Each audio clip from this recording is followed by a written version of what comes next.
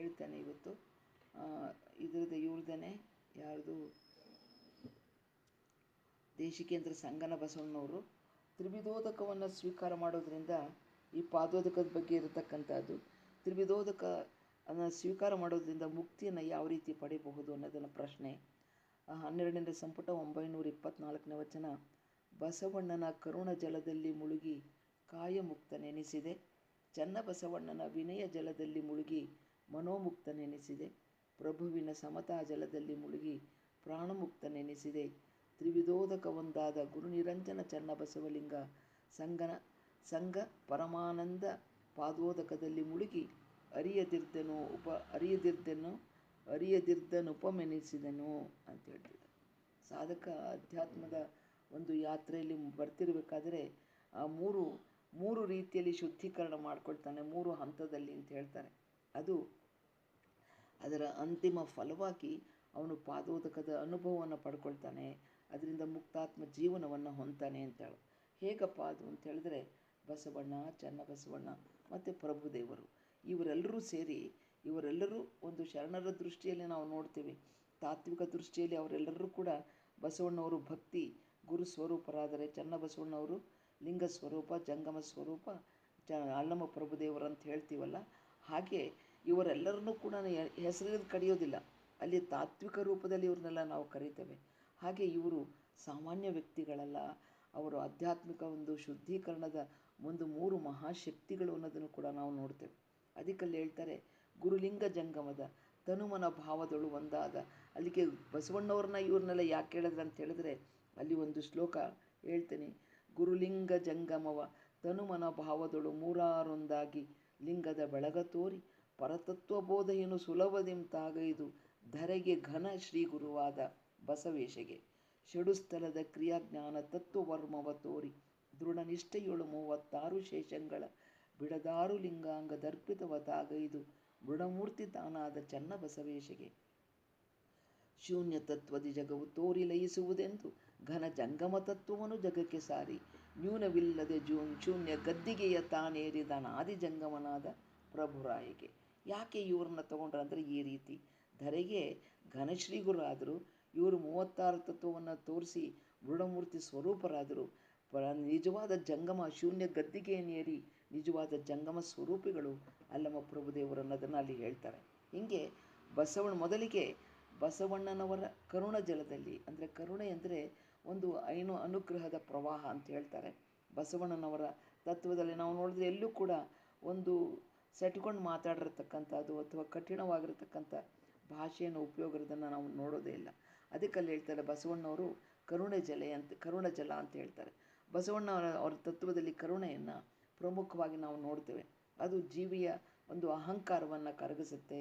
ಯಾರಾದರೂ ಸ್ವಲ್ಪ ಒಳ್ಳೆ ಮಾತಾಡಿದ್ರೆ ಎಲ್ಲರಿಗೂ ಅಷ್ಟೇ, ಎಲ್ಲರಿಗೂ ಒಳ್ಳೆ ಮಾತೇ ಆಡಿರೋದು, ಎಲ್ಲರಿಗೂ ಏನೇನು ಯಾವ್ಯಾವ ರೀತಿ ತಿಳಿ ಹೇಳಬೇಕು ಆ ರೀತಿ ಹೇಳಿರತಕ್ಕಂಥದ್ದು. ಸಾಧನ ಮಾರ್ಗಕ್ಕೆ ಇದೆಲ್ಲ ಹೇಳಿ ಕಾರುಣ್ಯದ ಒಂದು ಮೂರ್ತಿ ಸ್ವರೂಪ ಅವರು ಹೇಳಿ ಅವರನ್ನು ಈ ಸನ್ಮಾರ್ಗಕ್ಕೆ ಕರೆತಂದಿದ್ದಾರೆ. ಅದರಲ್ಲಿ ನಿನ್ನೆ ಒಂದು ಸ್ವಲ್ಪ ಚೆನ್ನಾಗೇ ಇತ್ತು. ಸ್ವಾನುಭಾವದ ನೆಲೆಯಲ್ಲಿ ಯಾರೋ ಒಂದು ಸೈಂಟಿಫಿಕ್ಕಾಗಿ ಯಾವುದು ಶಿವತತ್ವ ಅನ್ನೋದನ್ನು ಹೇಳಿದ್ರು ಚೆನ್ನಾಗಿತ್ತು. ಅದಕ್ಕಲ್ಲಿ ಎಲ್ಲರೂ ಕೇಳ್ರಿ, ಅದನ್ನು ಇನ್ನೂ ರೆಕಾರ್ಡಲ್ಲಿದೆ, ಅದನ್ನು ಕೇಳ್ರಿ. ಕರುಣ ಜಲದಲ್ಲಿ ಹಾಗೆ ಒಂದು ಕಾರುಣ್ಯ ಮೂರ್ತಿ ಕರುಣ ಜಲದಲ್ಲಿ ಮುಳುಗಿ ಕಾಯಮುಕ್ತನೆನಿಸಿದೆ ಎಂದು. ಕಾಯ ಇದು ದೇಹ ಭಾವ ಇರೋದನ್ನೆಲ್ಲ ಕಳ್ಕೊಂಡು ಅಲ್ಲಿ ಪರಮಾತ್ಮನಿಗೆ ಬಂದಿರತಕ್ಕಂಥದ್ದು. ಈ ಕಾಯ ಪ್ರಸಾದ ಕಾಯವಾಗಿ ನಾನು ಮಾಡಬೇಕನ್ನೋ ಭಾವದಲ್ಲಿ, ಅಂದರೆ ಸಾಧನೆಯನ್ನು ಮಾಡಿಕೊಂಡು ಕಾಯದ ಮೂಲಕ ಮುಕ್ತಿಯನ್ನು ಪಡೆದೆ ಅಂತ ಹೇಳೋದು. ಮುಕ್ತಿ ಅಂತ ಹೇಳಿದ್ರೆ ದೇಹವನ್ನು ತ್ಯಜಿಸೋದು ಅಂತಲ್ಲ, ಇರಬೇಕಾದ್ರೆ ಸಾಧನಾ ಪಥದಲ್ಲಿ ಇರಬೇಕಾದ್ರೇ ಇಲ್ಲಿ ಸ್ವಾರ್ಥಪರವಾಗಿರ್ತಕ್ಕಂಥ ಕೆಲಸವನ್ನು ಮಾಡದೆ ಎಲ್ಲರಿಗೂ ಕೂಡ ಉಪಯೋಗ ಆಗತಕ್ಕಂಥ ಕೆಲಸವನ್ನು ಮಾಡಿ ಯಾವುದೋ ಒಂದು ರೀತಿಯಲ್ಲಿ ಸಹಾಯ ಮಾಡೋದು, ಅದನ್ನು ಮಾಡಿ ನಾನು ಮುಕ್ತನಾದೆ ಅಂತ ಹೇಳ್ತಾರೆ. ಈ ದೇಹವನ್ನು ಗುರು ಸೇವೆಗೆ ತನ್ನನ್ನು ತಾನು ಸಮರ್ಪಣೆ ಮಾಡಿಕೊಂಡು ನಾನು ಅಲ್ಲಿ ಮುಕ್ತನಾದೆ. ಇದೆಲ್ಲವೂ ಕೂಡ ಬಸವಣ್ಣನವರ ಕರುಣ ಜಲದಿಂದ, ಒಂದು ಕಾರುಣ್ಯದ ಮೂರ್ತಿ ಆ ಬಸವಣ್ಣನವರ ಆದೇಶದ ಮೇರೆಗೆ ನಾನು ಈ ರೀತಿ ಮಾಡಿದ ತಕ್ಷಣ ನಾನು ಅದನ್ನು ಕಾಯಮುಕ್ತನೆನಿಸಿದೆ ಅಂತ ಹೇಳ್ತಾರೆ. ಇನ್ನು ಸಾಧಕನು ಚನ್ನಬಸವಣ್ಣನ ವಿನಯ ಜಲದಲ್ಲಿ ಮುಳುಗೋದು. ಅಂದರೆ ವಿನಯ ಅಂತ ಹೇಳಿದ್ರೆ ಯಾವುದು ನಿತ್ಯ, ಯಾವುದು ಅನಿತ್ಯ, ಯಾವುದು ಸತ್ಯ, ಯಾವುದು ಅಸತ್ಯ ತಿಳ್ಕೊಂಡು ಮಾಡುವಂಥದ್ದು, ಅಂದರೆ ಜ್ಞಾನಯುತವಾಗಿರತಕ್ಕಂಥ ಕೆಲಸವನ್ನು ಮಾಡತಕ್ಕಂಥದ್ದು. ಇವೆಲ್ಲವೂ ಕೂಡ ಜ್ಞಾನ ನನಗೆ ಜಾಸ್ತಿ ಅಂದರೆ ನನ್ನ ಅಂತರಂಗದಲ್ಲಿ ಉದ್ಭವ ಆಗುತ್ತೆ ಚನ್ನಬಸವಣ್ಣವರಿಂದ ಅಂತ ಹೇಳ್ತಾರೆ. ಅಲ್ಲಿ ಏನಾಗುತ್ತೆ, ಎಲ್ಲಿ ಅಹಂಕಾರ ಇರುತ್ತೆ ಅಲ್ಲಿ ಜ್ಞಾನ ಉಗಮ ಆಗೋದಿಲ್ಲ, ಬರೋದೇ ಇಲ್ಲ. ಅಲ್ಲಿ ಎಲ್ಲಿ ವಿನಯ ಇರುತ್ತೆ ಅಲ್ಲಿ ಆತ್ಮಜ್ಞಾನ ತಾನೇ. ಹೌದಲ್ಲ, ಈಗ ನೋಡಿ ನಾವೇನಾದರೂ ತಿಳ್ಕೊಳ್ತಾ ಇದ್ದೀವಿ ಅಂತ ಹೇಳಿದ್ರೆ ಏನೋ ಒಂದು ವಿಸ್ತಾರ ಆಗ್ತಾ ಇದೆ ಮನಸ್ಸಿನ ಭಾವನೆಗಳು. ಹೌದಾ, ಗುರುಗಳ ಮಾತುಗಳಿರ್ಬೋದು ಅಥವಾ ನೀವು ಅಧ್ಯಯನ ಮಾಡ್ತಿರೋದಿರ್ಬೋದು, ಗೊತ್ತಿಲ್ಲ ನನಗೆ ನೀವು ಯಾವ ರೀತಿ ಸಂತೋಷ ಪಡ್ತಿದ್ದೀರೋ, ಬಟ್ ನನಗಂತೂ ತುಂಬ ಸಂತೋಷ ಆಗ್ತಾ ಇದೆ. ಅದಕ್ಕಲ್ಲಿ ಹೇಳ್ತಾರೆ ಈ ಒಂದು ಈ ಒಂದು ವಿನಯ ಅಂದ್ರೇನು, ಎಲ್ಲವನ್ನೂ ಸ್ವೀಕಾರ ಮಾಡತಕ್ಕಂಥ ಮನೋಭಾವ. ನನ್ನಲ್ಲಿ ಏನಾದರೂ ಒಂದು ಗೊಂದಲವನ್ನು ಇಟ್ಕೊಂಡು ಸಂದೇಹವನ್ನು ಇಟ್ಟುಕೊಂಡು ಏನಾದರೂ ವಿಚಾರಗಳನ್ನು ಕೇಳಿದೆ ಅಂತ ಹೇಳಿದ್ರೆ ಆ ಗೊಂದಲದ ಹಿನ್ನೆಲೆಯಲ್ಲಿ ಹೇಳೋ ಮಾತುಗಳು ನನಗೆ ಕೇಳಿಸೋದಿಲ್ಲ, ಗೊತ್ತಾಗಲ್ಲ. ಯಾಕೆಂದರೆ ಆ ಸಂದೇಹದ ಪ್ರಶ್ನೆನೇ ನನಗೆ ಯಾವಾಗಲೂ ಮೂಡ್ತಾ ಇರುತ್ತೆ, ಅವ್ರು ಹೇಳೋದೆಲ್ಲ ಏನೂ ಕೇಳಿಸಲ್ಲ. ಅದಕ್ಕೆ ಒಂದು ಸ್ವೀಕಾರ ಮನೋಭಾವದಿಂದ ಆಯಿತು ಏನು ಹೇಳ್ತಾರೆ ಅದನ್ನು ಸ್ವೀಕಾರ ಮಾಡೋಣ, ನಂತರದಲ್ಲಿ ಮಾಡಬೇಕಂತ ಹೇಳಿದಾಗ ನನ್ನಲ್ಲಿ ಪ್ರಶ್ನೆ ಬರೋದಿಲ್ಲ. ಅದಕ್ಕಲ್ಲಿ ಹೇಳ್ತಾರೆ ಹೀಗೆ ವಿನಯ ಜಲದಿಂದ ನಾನು ಏನಾಯಿತು ಮುಳುಗಿ ಮನೋಮುಕ್ತನಾದ, ನನ್ನ ಮನಸ್ಸು ಇಷ್ಟು ವಿಸ್ತಾರ ಆಯಿತು, ಎಷ್ಟು ಆಕಾಶ ಎಷ್ಟು ವಿಸ್ತಾರ ಆಗಿದೆ, ಯಾವುದೇ ಕೊಳಕನ್ನು ಸ್ವೀಕಾರ ಮಾಡೋದಿಲ್ಲ, ಎಲ್ಲವೂ ಕೂಡ ಸಕಾರಾತ್ಮಕ ಮನೋಭಾವನೆಯಿಂದ ಕೆಲಸ ಮಾಡಲಿಕ್ಕೆ ಪ್ರಾರಂಭ ಆಯಿತು. ಆಗ ನನ್ನಲ್ಲಿ ಅಹಂಕಾರ ಇರ್ಬೋದು, ಒಂದು ದರ್ಪ, ಒಂದು ಮೋಹ ಏನಿದೆಯಲ್ಲ ಬೇಕು ಬೇಕು ಅನ್ನೋ ಭಾವ, ಇವೆಲ್ಲವೂ ನಿರಸನ ಆಯಿತು. ಆವಾಗೇನಾಗುತ್ತೆ, ಅವನ ಮನಸ್ಸು ಶುದ್ಧ ಆಗುತ್ತೆ. ಆಗೇನು ಮಾಡ್ತಾನೆ, ಲಿಂಗ ಚಿಂತನೆಯಲ್ಲೇ ತನ್ನ ದಿನನಿತ್ಯದ ಕೆಲಸವನ್ನು ಕಳೀತಾನೆ. ಹೀಗೆ ಮನಮುಕ್ತಿ ಆಯಿತು ಚನ್ನಬಸವಣ್ಣನವರ ವಿನಯ ಜಲದಿಂದ ಅಂತ ಹೇಳ್ತಾರೆ. ಇನ್ನು ಮೂರನೇ ಹಂತದಲ್ಲಿ ಪ್ರಭುದೇವರ ಸಮತಾ ಜಲದಲ್ಲಿ ಮುಳುಗುವಂಥದ್ದು. ಅಂದರೆ ಸಮತೆ ಅಂತ ಹೇಳಿದ್ರೆ ದ್ವಂದ್ವ ಭಾವವನ್ನು ಮೀರಿ ಎಲ್ಲವನ್ನು ಸಮನಾಗಿ ಸ್ವೀಕಾರ ಮಾಡತಕ್ಕಂಥದ್ದು. ಸುಖ ದುಃಖ, ಮಾನ ಅಪಮಾನ, ಲಾಭ ನಷ್ಟ ಎಲ್ಲವನ್ನೂ ಕೂಡ ಏನೇನೋ ನಮಗೆ ವಿರುದ್ಧವಾಗಿ ಬರುತ್ತಲ್ಲ ನಮ್ಮ ಜೀವನದಲ್ಲಿ, ವಿರುದ್ಧವಾಗಿ ಬರೋದನ್ನು ಸಾಕಾರವಾಗಿ ತಗೊಳ್ಳುವಂಥದ್ದು. ಅಂದರೆ ಸಕಾರಾತ್ಮಕ ಮನೋಭಾವನೆಯಿಂದ ಈ ಸಮಬುದ್ಧಿಯಿಂದ ಅದನ್ನು ಸ್ವೀಕಾರ ಮಾಡತಕ್ಕಂಥದ್ದು. ಹಾಗೆಯೇ ಈ ಒಂದು ಪ್ರಭುದೇವರಲ್ಲಿ ಒಂದು ಸಮತಾತ್ವ ಮನೋಭಾವವನ್ನು ನಾನು ಕಳ್ಕೊಂಡೆ. ಆಗ ನನ್ನಲ್ಲಿ ಸಮತಾ ಜಲದಲ್ಲಿ ಮುಳುಗಿ ಪ್ರಾಣಮುಕ್ತನೆನಿಸಿದೆ ಅಂತ ಹೇಳ್ತಾರೆ. ಅಲ್ಲಿ ಜೀವಶಕ್ತಿ ಮತ್ತು ಚೈತನ್ಯ ಇವುಗಳ ದ್ವಂದ್ವ ಭಾವ ಮುಕ್ತಾಯಿತು. ಆ ಚೈತನ್ಯ ಇರ್ಬೋದು, ಈ ಒಂದು ಚೈತನ್ಯ ಇರ್ಬೋದು, ಆ ಜೀವಶಕ್ತಿ ಜೀವವಾಗಿ ನನ್ನ ಅಂತರಂಗದಲ್ಲಿ ಇರತಕ್ಕಂಥ ಶಕ್ತಿ ಮತ್ತು ಪ್ರವಹಿಸತಕ್ಕಂಥ ಚೈತನ್ಯ ಎರಡೂ ಒಂದೇ ಅನ್ನೋ ಭಾವ ನನ್ನಲ್ಲಿ ಬಂತು. ಆಗೇನಾಯಿತು, ಶರಣನ ಪ್ರಾಣವೇ ಲಿಂಗ ಚೈತನ್ಯ ಆಯಿತು.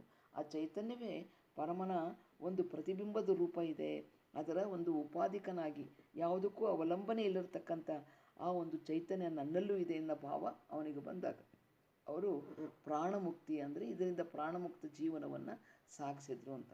ಈ ಮೂರು ಅನುಭವಗಳನ್ನು ಸೇರಿ ಅವರು ಹೇಳ್ತಾರೆ ತ್ರಿವಿಧೋದಕ. ಈ ಮೂರು ವಿನಯ ಜಲ, ಕರುಣ ಜಲ, ಸಮತಾ ಜಲ, ಗುರು ಲಿಂಗ ಜಂಗಮ, ಆಮೇಲೆ ಬಸವಣ್ಣವರು, ಚನ್ನಬಸವಣ್ಣವರು, ಅಲ್ಲಮ ಪ್ರಭುದೇವರು, ಇವರು ಮೂರು ರೀತಿಯ ಜಲವನ್ನು ನಾನು ಸ್ವೀಕಾರ ಮಾಡಿ ಪರಿಪೂರ್ಣತ್ವದ ನಿಲುವನ್ನು, ಪರಿಪೂರ್ಣ ತತ್ವವನ್ನು ನಾನು ಅರ್ಥ ಮಾಡಿಕೊಂಡೆ ಅಂತ ಹೇಳ್ತಾರೆ.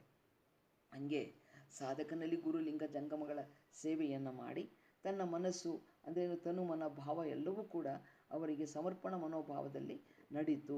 ಇದರಿಂದ ಏನಾಯಿತು, ಎಲ್ಲವೂ ಕೂಡ ತನುವಿನಲ್ಲಿರ್ಬೋದು, ಮನಸ್ಸಿನಲ್ಲಿರ್ಬೋದು, ಭಾವದಲ್ಲಿರ್ಬೋದು, ಎಲ್ಲವೂ ಕೂಡ ಸಮಾನತಾ ಮನೋಭಾವ ನನಗೆ ಬಂತು. ಇದೆಲ್ಲವೂ ಕೂಡ ಅವ್ರನ್ನೆಲ್ಲ ಅಂದರೆ ಅವರು ಏನೇನು ಆಚರಿಸಿದ್ರಲ್ಲ, ಅವರ ಆದೇಶ ಏನಿತ್ತಲ್ಲ, ಆದೇಶವನ್ನು ನಾನು ಅನುಸರಿಸಿದ ಕಾರಣ ನನಗೆ ಈ ರೀತಿಯ ಮನಸ್ಥಿತಿ ಬಂತು ಅನ್ನೋದನ್ನು ಕೂಡ ಅಲ್ಲಿ ಹೇಳ್ತಾರೆ. ಹೀಗೆ ಅಲ್ಲಿ ಇದನ್ನೆಲ್ಲ ಮಾಡಿದಾಗ ಏನಾಯಿತು, ಮೂರನ್ನು ಪಾಲಿಸಿದಾಗ ಅಲ್ಲಿ ಒಂದು ಪಾದೋದಕದ ಒಂದು ಸಾಮರಸ್ಯ ನಿಲುವಲ್ಲಿ ನಾನು ಪಡ್ಕೊಂಡೆ. ಅಲ್ಲಿ ನನ್ನನ್ನು ನಾನು ಮರೆತೆ, ನನ್ನಲ್ಲಿ ನಾನು ಒಂದು ಮುಕ್ತಾತ್ಮ ಜೀವನವನ್ನು ಕಂಡೆ. ಎದರ ಸಂಘ, ಶರಣರ ಸಂಘದಿಂದ ಆ ಪರತತ್ವ ಸಂಘವನ್ನು, ಆ ಲಿಂಗ ಸಂಘವನ್ನು, ಆ ಸಾಮರಸ್ಯದ ನಿಲುವನ್ನು ನಾನಲ್ಲಿ ನನ್ನ ಹಂತದಲ್ಲಿ ಕಂಡು ಏನಾಯಿತು, ನನಗೆ ಪರಮಾನಂದ ಆಯಿತು ಅಂತ ಹೇಳ್ತಾರೆ.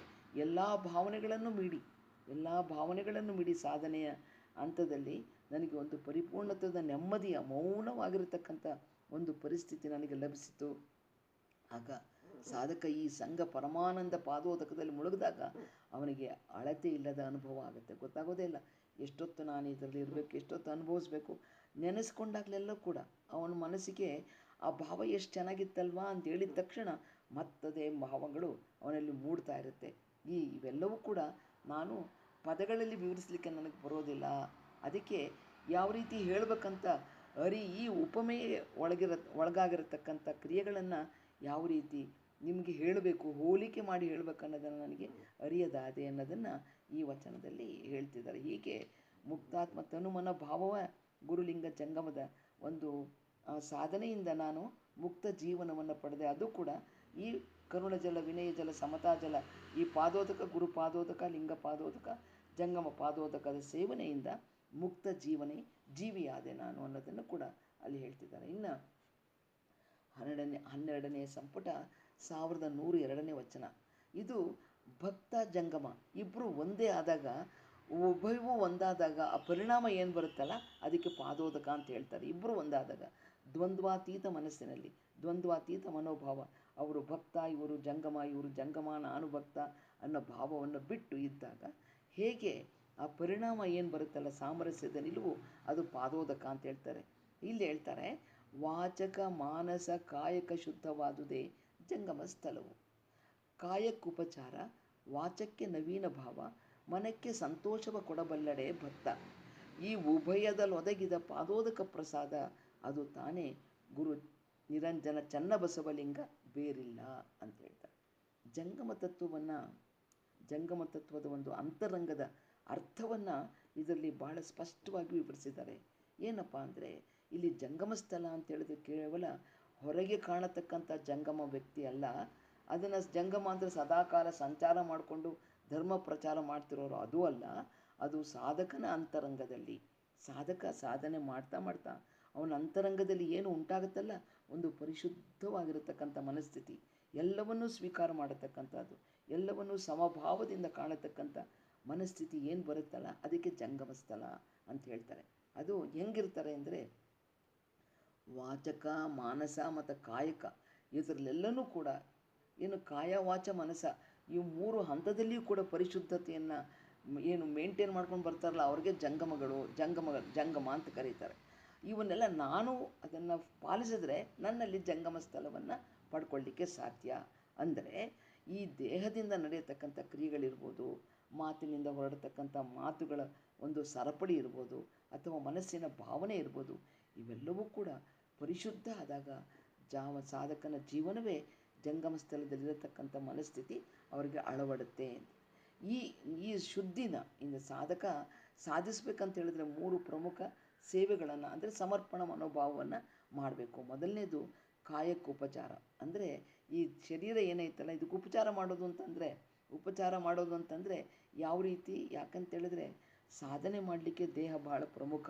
ಇದನ್ನು ಯಾವ ರೀತಿ ನಾನು ಅದನ್ನು ಶುಶ್ರೂಷೆ ಮಾಡಿ ಇದನ್ನು ಕಾಪಾಡ್ಕೊಳ್ಬೇಕು ಅನ್ನೋದಕ್ಕಲ್ಲಿ ಹೇಳ್ತಾರೆ. ಅದನ್ನು ಈ ಜೀವನ ಬಂದಿರೋದನ್ನು ಯಾವ ರೀತಿ ಸಾರ್ಥಕತೆ ಮಾಡ್ಕೊಳ್ಬೇಕು ಅದನ್ನು ಕೂಡ ಅಲ್ಲಿ ಹೇಳ್ತಾರೆ. ದೇಹದಿಂದ, ಈ ಸ್ಥೂಲ ದೇಹದಿಂದ ಮಾಡತಕ್ಕಂಥ ಕ್ರಿಯೆಗಳು ಏನಪ್ಪ ಅಂದರೆ ಜಂಗಮ ಸೇವೆ, ಲಿಂಗಾರಾಧನೆ, ಶರಣರ ಸತ್ಸಂಗ, ಇವ್ರ ಜೊತೆ ಬೇರೆ ಬೇರೆ ರೀತಿಯಲ್ಲಿ ಅವ್ರ ಜೊತೆ ಒಡನಾಡಿ ಅವ್ರ ಜೊತೆ ಒಂದುಗೂಡಿ ಕೆಲಸಗಳನ್ನು ಮಾಡತಕ್ಕಂಥದ್ದು ಕಾಯಕದಿಂದ, ಅದು ನಾನು ಮಾಡತಕ್ಕಂಥ ಕ್ರಿಯೆಗಳಿಂದ ಅದು ವ್ಯಕ್ತ ಆಗುತ್ತೆ ಅಂತಾರೆ. ಇದು ದೇಹ ಬರೀ ಸ್ವಾರ್ಥಕ್ಕಾಗಿ ನನಗಾಗಿ ಅಂತ ಅಲ್ಲ, ಇದು ಹೇಳ್ತಾರೆ ನೋಡ್ರಿ. ಅದರಲ್ಲಿ ಏನು ಪರೋಪಕಾರಾರ್ಥಂ ಇದಂ ಶರೀರಂ ಅಂತಂತ, ಪರೋಪಕಾರಾರ್ಥಂ ವಹಂತಿ ನದ್ಯಃ, ಪರೋಪಕಾರಾರ್ಥಂ ದುಹಂತಿ ಗಾವಃ, ಪರೋಪಕಾರಾರ್ಥಂ ಫಲಂತಿ ವೃಕ್ಷಃ, ಪರೋಪಕಾರಾರ್ಥಂ ಇದಂ ಶರೀರಂ ಅಂತ. ನೋಡಿ, ಒಂದು ಹಸು ಹಾಲು ಕೊಡುತ್ತೆ ಅಂತ ಹೇಳಿದ್ರೆ ತನಗಾಗಿ ತನ್ನ ಮಕ್ಕಳಿಗಾಗಿ ಬೇಕಂತ ತಗೊಳ್ಳಲ್ಲ, ನಮಗೆ ಕೊಡುತ್ತೆ. ಈ ನದಿಗಳು ಅಷ್ಟೇ ಬೇರೆಯವರ ಉಪಕಾರಕ್ಕೆ ಒಂದು ಮೇಲಿಂದ ಕೆಳಗಡೆ ಅಧೋಮುಖವಾಗಿ ಹರ್ಕೋತ ಹೋಗ್ತವೆ.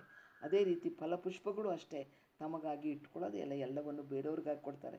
ಇವು ಜಡ ಸ್ವರೂಪವಾಗಿ ನಮಗೆ ಕಂಡರೂ ಕೂಡ ಚೈತನ್ಯ ಸ್ವರೂಪವಾಗಿ ಕೆಲಸವನ್ನು ಮಾಡಿ ಎಲ್ಲರಿಗೂ ಒಂದು ಸಹಾಯವನ್ನು ಮಾಡತಕ್ಕಂಥ ಕ್ರಿಯೆ ಅವು. ಮಾಡಿದ್ರೆ ಎಲ್ಲವನ್ನೂ ಪಡೆದಿರತಕ್ಕಂಥ ಈ ಮಾನವ ಯಾವ ರೀತಿ ಸಹಾಯವನ್ನು ಅಂದರೆ ಈ ದೇಹವನ್ನು ಉಪಕಾರಾರ್ಥವಾಗಿ ಸವೆಸಬೇಕನ್ನೋದನ್ನು ಕೂಡ ಅಲ್ಲಿ ಹೇಳ್ತಾರೆ. ಹೀಗೆ ಇಲ್ಲಿ ಒಂದು ಸೇವೆ ಮಾಡಬೇಕಂತ ಹೇಳಿದ್ರೆ ನಾನು ಸ್ವಾರ್ಥ ಅಲ್ಲ, ಪರಾರ್ಥಕ್ಕಾಗಿ ಅಂದರೆ ನಿಸ್ಪೃಹ ಮನೋಭಾವದಿಂದ ನಾನು ಸೇವೆ ಮಾಡಬೇಕು. ನನ್ನ ಒಂದು ಕುಟುಂಬಕ್ಕಿರಬೇಕು, ನನ್ನ ಸಮಾಜಕ್ಕಿರಬೇಕು, ಅಥವಾ ಶರಣರ ಸಂಘದಲ್ಲಿರ್ಬೋದು, ಅಥವಾ ಒಂದು ಜಿಲ್ಲೆಗಿರ್ಬೋದು, ಒಂದು ತಾಲೂಕಿರ್ಬೋದು, ಒಂದು ಏನು ರಾಜ್ಯ ಮಟ್ಟದಿರ್ಬೋದು, ಹೀಗೆ ಅದು ನನ್ನ ವಿಸ್ತಾರ ಆಗಬೇಕನ್ನೋದನ್ನು ಅಲ್ಲಿ ಹೇಳ್ತಾರೆ. ಇನ್ನು ಎರಡನೆಯದು ವಾಚಕ್ಕೆ ನವೀನ ಭಾವ.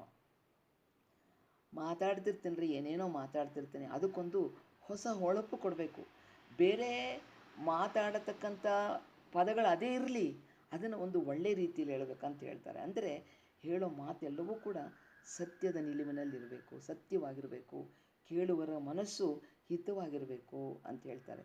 ಆಮೇಲೆ ಯಾವಾಗಲೂ ಅದು ಮಂತ್ರ ಸ್ವರೂಪವಾಗಿರಬೇಕು, ಮನಸ್ಸಿನ ಭಾವನೆಗಳನ್ನು ತಟ್ಟಬೇಕು ಕೇಳಿದ ತಕ್ಷಣ, ಆ ರೀತಿಯ ಭಾವನೆ ಇರಬೇಕು. ಅದರಲ್ಲಿ ಒಂದು ವಚನ ಇರ್ಬೋದು, ಒಂದು ಅಂದರೆ ಒಂದು ವಚನದ ಗಾಯನ ಇರ್ಬೋದು, ಅಥವಾ ಒಂದು ಸತ್ಯ ವಚನ ಇರ್ಬೋದು. ಶರಣರ ಮಾತುಗಳನ್ನೇ ಅವರು ಹೇಳಿರತಕ್ಕಂಥ ನಿಲುವಿನಲ್ಲೇ ನಾನು ಉಚ್ಚಾರ ಮಾಡಿ ಅದನ್ನು ಯಾವಾಗಲೂ ನನ್ನ ಮನಸ್ಸಲ್ಲಿ ಇಟ್ಕೊಳ್ಳೋದಿರ್ಬೋದು.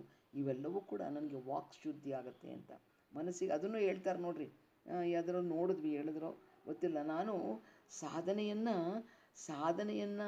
ಬಹಳ ವಿಸ್ತೃತವಾಗಿ, ಬಹಳ ಪರಿಶುದ್ಧವಾಗಿ ನಾನು ಆಚರಿಸಿದ್ದೆ ಆಯಿತು ಅಂತೇಳಿದ್ರೆ ನನಗೆ ವಾಕ್ ಶುದ್ಧಿ ಆಗುತ್ತೆ ಅಂತ.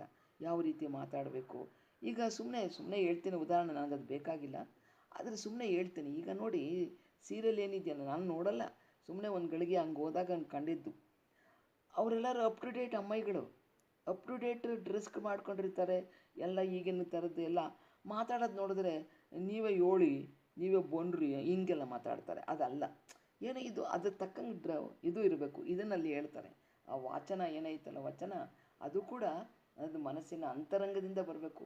ಏನು ಜೈಸಿ ನಿಯತ್ ವೈಸಿ ಬರ್ಕತ್ ಅಂತ ಹೇಳ್ತಾರೆ.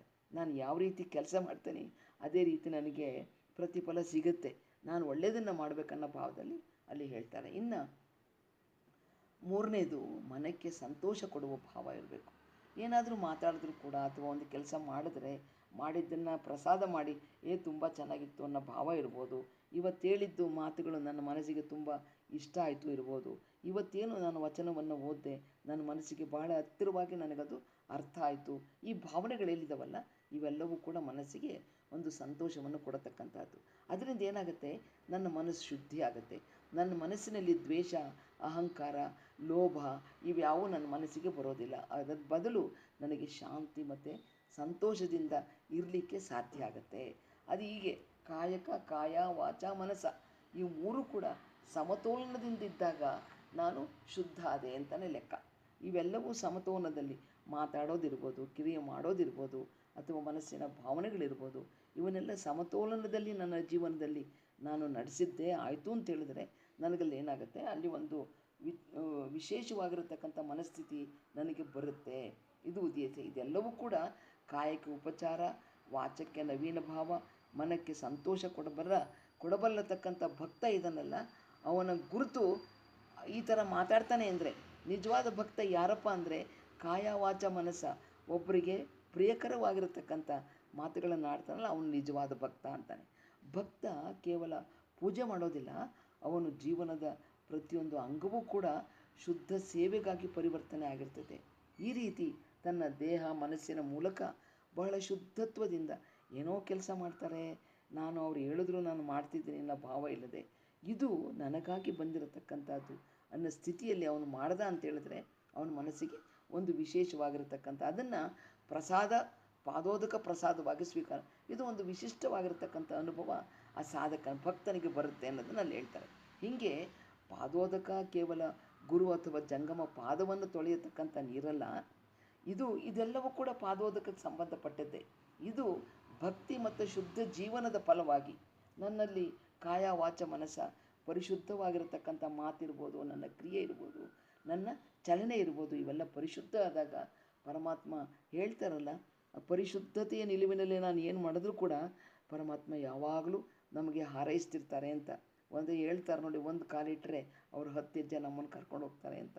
ಹಾಗೆ ಇಲ್ಲಿನೂ ಕೂಡ ಪರಿಶುದ್ಧವಾಗಿರತಕ್ಕಂಥ ಮನಸ್ಸಿನಲ್ಲಿ ಇವೆಲ್ಲವನ್ನು ಕೂಡ ಸಮತೋಲನದಲ್ಲಿ ನಾನು ನನ್ನ ಜೀವನವನ್ನು ಸಾಗಿಸಿದ್ದೇ ಆಯಿತು ಅಂತೇಳಿದ್ರೆ ನನಗೆ ಸಂದೇಹ ಅಂಬೋದಿರೋದಿಲ್ಲ. ಉಭಯದಲ್ಲಿ ಒದಗಿದ ಪಾದೋದಕ ಪ್ರಸಾದ ಅದು ಪರಮಾತ್ಮನ ದೈವಿ ಚೈತನ್ಯ ಹರುವಿಕೆಯನ್ನು ನನ್ನ ಅಂತರಂಗಕ್ಕೆ ತರುತ್ತೆ. ಅದರ ಅನುಭವ ಸಾಧಕ ಭಕ್ತನಿಗಾಗತ್ತೆ. ಅದಕ್ಕಲ್ಲಿ ಹೇಳ್ತಾರೆ, ಕೊನೆಯದು ಒಂದು ವಚನ ಅಂದರೆ ಒಂದು ಸಾಲಲ್ಲಿ ಹೇಳ್ತಾರೆ, ಅದು ತಾನೇ ಗುರು ನಿರಂಜನ ಚನ್ನಬಸವಲಿಂಗ ಬೇರಿಲ್ಲ. ಈ ರೀತಿಯ ಸಮತೋಲನದಲ್ಲಿ ಕಾಯ ವಾಚ ಮನಸ್ಸ ನಾನು ಸರಿಯಾಗಿ ನಡೆದಿದ್ದೇ ಆಯಿತು ಅಂತೇಳಿದ್ರೆ ನನ್ನ ಕ್ರಿಯೆಗಳೆಲ್ಲವೂ ಕೂಡ ಅರ್ಪಣ ಮನೋಭಾವದಿಂದ ಚಲಿಸಿದಾಗ ಅದುವೇ ಪಾದೋದಕ ಪ್ರಸಾದ.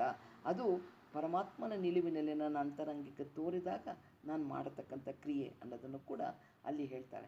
ಇದಿಷ್ಟು 12ನೇ ಸಂಪುಟಕ್ಕೆ ಸಂಬಂಧಪಟ್ಟಿದ್ದು.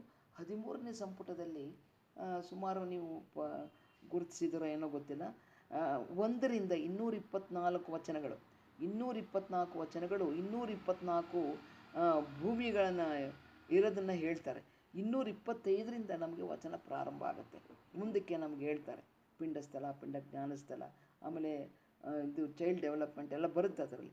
ಇಲ್ಲಿ ನಾನು ಅದಕ್ಕೆ 364ನೇ ವಚನದಲ್ಲಿ ಪಾದೋದಕದ ಒಂದು ವಿಶೇಷ ಗುಣ ಜಾಸ್ತಿ ದೊಡ್ಡದಿರೋದ್ರಿಂದ ಅದಕ್ಕೆ ಲಕ್ಷಣಗಳನ್ನ ತೊಗೊಳಕ್ಕೆ ಬರಲೇ ಇಲ್ಲ. ನನಗೆ ಈ ವಿಸ್ತಾರ ಮಾಡ್ಬೇಕನ್ನೋ ಭಾವನೆನೇ ಬಂತು. ಅದಕ್ಕೆ ಅದನ್ನು ಹಂಗೆ ತೊಗೊಂಡು ಹೇಳ್ತಿದ್ದೇನೆ. ಈ ಪಾದೋದಕ ಸೇವನೆಯಿಂದ ಒಂದು ವಿಶೇಷವಾಗಿರತಕ್ಕಂಥ ಗುಣ ನನ್ನಲ್ಲಿ ಬರುತ್ತೆ ಅನ್ನೋದನ್ನು ಪ್ರಶ್ನೆ ಹಾಕ್ಕೊಂಡು ಈ ಒಂದು ವಚನ 13ನೇ ಸಂಪುಟ 364ನೇ ವಚನ. ಇನ್ನು ಇದು ಓದಿದ್ದೀವಿ, ಇದನ್ನು ನಾವು ನೋಡಿ ಚನ್ನಬಸವಣ್ಣವ್ರ ವಚನದಲ್ಲಿ, ಆದೈನವ್ರ ವಚನದಲ್ಲಿ ಇದೇ ಬಂದಿತ್ತು. ತಿರ್ಗ ಮತ್ತೆ ಯಾಕೆ ನನಗೆ ಪಕ್ಕ ಆಗಬೇಕು ಇದು ಏನಂತ ನೋಡ್ರಿ.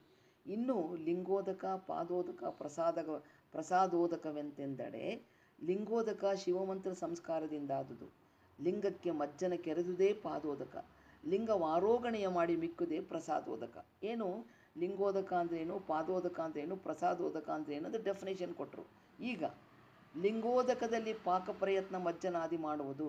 ಲಿಂಗೋದಕ ಯಾವುದು? ಸಂಸ್ಕಾರ ಮಾಡಿರತಕ್ಕಂಥ ಅದನ್ನು ಪಾಕ ಪ್ರಯತ್ನ ಮಾಡೋದು. ಪಾದೋದಕದಲ್ಲಿ ಮುಖ ಪ್ರಕ್ಷಾಲನವ ಮಾಡುವುದು. ಮುಖ ಪ್ರಕ್ಷಾಲನ ಮುಖ ತೊಳ್ಕೊಳ್ಳೋದು, ಮಸ್ತಕದ ಮೇಲೆ ತಿಳಿದುಕೊಂಬುದು, ಪ್ರೋಕ್ಷಣೆ ಮಾಡ್ಕೊಳ್ಳೋವಂಥದ್ದು. ಪ್ರಸಾದೋದಕವ ಭುಂಜಿಸುವುದು ನೋಡ ಪ್ರಮಾಣ ಕೂಡಲ ಸಂಗಮ ದೇವ. ಭುಂಜಿಸೋದು ಅಂದರೆ ತಿನ್ನೋದು ಅಂತ, ತಿನ್ನೋದಕ್ಕಾಗಲ್ಲ, ಕುಡಿಯೋದು ಅಂತ ಅಲ್ಲಿ ಲೆಕ್ಕ. ಹೀಗೆ ಈ ವಚನದಲ್ಲಿ ಲಿಂಗ ಪೂಜೆಗೆ ಬಳಕೆಯಾಗತಕ್ಕಂಥ 3 ವಿಧದ ಪವಿತ್ರ ಜಲಗಳ ತತ್ವವನ್ನು, ಅದನ್ನು ಯಾವ ರೀತಿ ನಾನು ಉಪಯೋಗಿಸ್ಬೇಕನ್ನೋದನ್ನು ಸ್ಪಷ್ಟವಾಗಿ ಇದರಲ್ಲಿ ಹೇಳ್ತಿದ್ದಾರೆ. ಅದು ಲಿಂಗೋದಕ, ಪಾದೋದಕ, ಪ್ರಸಾದೋದಕ. ಇವು ಬರೀ ಪೂಜೆಗೆ ಉಪಯೋಗಿಸಿದಂಥ ವಿಧಾನಗಳಲ್ಲ. ಅವುಗಳನ್ನು ಬಿಟ್ಟು ಇನ್ನು ಯಾವ ರೀತಿ ಇದು ನನ್ನ ಜೀವನಕ್ಕೆ ಪೂರಕವಾಗಿ ನನ್ನ ಅಂತರಂಗಕ್ಕೆ ಚೆಲುವನ್ನು, ಒಂದು ನಿಲುವನ್ನು ಕೊಡುತ್ತೆ ಅನ್ನೋದನ್ನು ಕೂಡ ಅಲ್ಲಿ ಹೇಳ್ತಾರೆ. ಇದು ಆಳವಾಗಿರತಕ್ಕಂಥ ಒಂದು ಆಧ್ಯಾತ್ಮಿಕ ಅರ್ಥವೂ ಕೂಡ ಇದರಲ್ಲಿ ಅಡಗಿದೆ ಅಂತ. ಈ 3 ಜಲಗಳು ಸಾಧಕನ ದೇಹ, ಮನಸ್ಸು ಮತ್ತು ಪ್ರಾಣವನ್ನು, ಭಾವವನ್ನು ಶುದ್ಧಗೊಳಿಸ್ತವೆ. ಸಾಧನೆಗಾಗಿ ಸಾಧಕನಿಗಿರತಕ್ಕಂಥ ಸಾಧಕ ಮಾಡತಕ್ಕಂಥ ಸಾಧನೆಯ ಪ್ರತಿಫಲವೇ ಇವೆಲ್ಲವೂ ಕೂಡ ಅನ್ನೋದನ್ನು ಕೂಡ ಅಲ್ಲಿ ಹೇಳ್ತಾರೆ. ಯಾವ ರೀತಿ ಇದನ್ನು ಆಚರಣೆ ಮಾಡಿದ್ರೆ ಯಾವ ರೀತಿ ಅದು ಕಾರ್ಯನಿರ್ವಹಿಸುತ್ತೆ ಅನ್ನೋದನ್ನು ಕೂಡ ನಾವು ನೋಡ್ಬೋದು. ಮೊದಲನೇದು ಲಿಂಗೋದಕ. ಲಿಂಗೋದಕ ಅಂತ ಹೇಳಿದ್ರೆ ಅದೇನು ಹೇಳಿದ್ರು? ಶಿವಮಂತ್ರ ಸಂಸ್ಕಾರದಿಂದ ಆದದ್ದು. ನಾವು ಹಾಗೆ ತೊಗೊಂಡ್ರೆ ಅದು ನೀರು ಅಂತ ಹೇಳ್ತೀವಿ.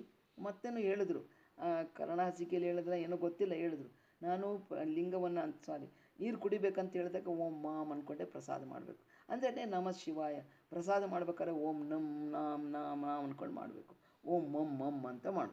ಹೀಗೆ ಲಿಂಗೋದಕ ಅಂದರೆ ಸಂಸ್ಕಾರದಿಂದ ಆದದ್ದು, ಶಿವಮಂತ್ರ ಸಂಸ್ಕಾರದಿಂದ ಆದದ್ದು. ಅಂದರೆ ಶಿವಮಂತ್ರದಿಂದ ಪವಿತ್ರೀಕರಿಸಲ್ಪಟ್ಟಿರತಕ್ಕಂಥ ಪವಿತ್ರವಾಗಿರತಕ್ಕಂಥ ಜಲಕ್ಕೆ ಅದು ಲಿಂಗೋದಕ ಅಂತ ಹೇಳ್ತಾರೆ. ಇದು ಪೂಜೆಯ ಸಂದರ್ಭದಲ್ಲಿ ಉಪಯೋಗವಾಗುವ ಪವಿತ್ರ ನೀರು. ಪ್ರಾರಂಭದಲ್ಲಿ ನೀರೇ ಸತ್ಯ.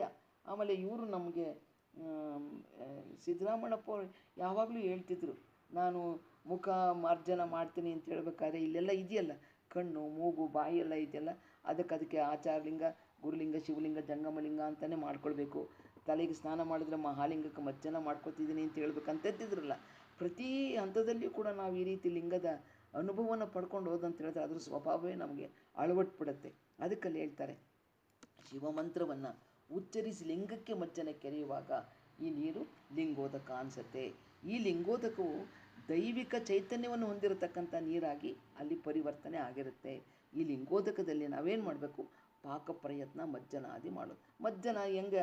ಒಂದೇ ಒಂದು ಲೋಟವನ್ನು ಮಜ್ಜನ ಇಲ್ಲ, ಮಧ್ಯದ ಏನು ಬಕೆಟಿಗೆ ನೀರು ಇಟ್ಕೊಂಡಿರ್ತೀವಿ ಅದಕ್ಕೆ ಹಾಕ್ಕೊಂಡು ಸಂಸ್ಕಾರ ಮಾಡತಕ್ಕಂಥದ್ದು, ಓಂಕಾರ ಪ್ರಣವ ಬರೆಯುವಂಥದ್ದು. ಅದರಿಂದ ನೀರು ಲಿಂಗಕ್ಕೆ ಸ್ನಾನ, ಶುದ್ಧೀಕರಣ ಮಾಡಲಿಕ್ಕೆ, ಪೂಜೆ ಮಾಡಲಿಕ್ಕೆ ಎಲ್ಲಕ್ಕೂ ಉಪಯೋಗ ಆಗುತ್ತೆ. ಇದು ಅಂತರಂಗದ ಒಂದು ಅರ್ಥ. ಏನಪ್ಪ ಅಂದರೆ ಭಕ್ತ ತನ್ನ ಜೀವನದಲ್ಲಿ ನಡೆಯತಕ್ಕಂಥ ಎಲ್ಲ ಕ್ರಿಯೆಗಳನ್ನು ಕೂಡ ಮಂತ್ರದ ಪಾವಿತ್ರತೆಯಿಂದ ಶುದ್ಧಗೊಳಿಸಬೇಕು.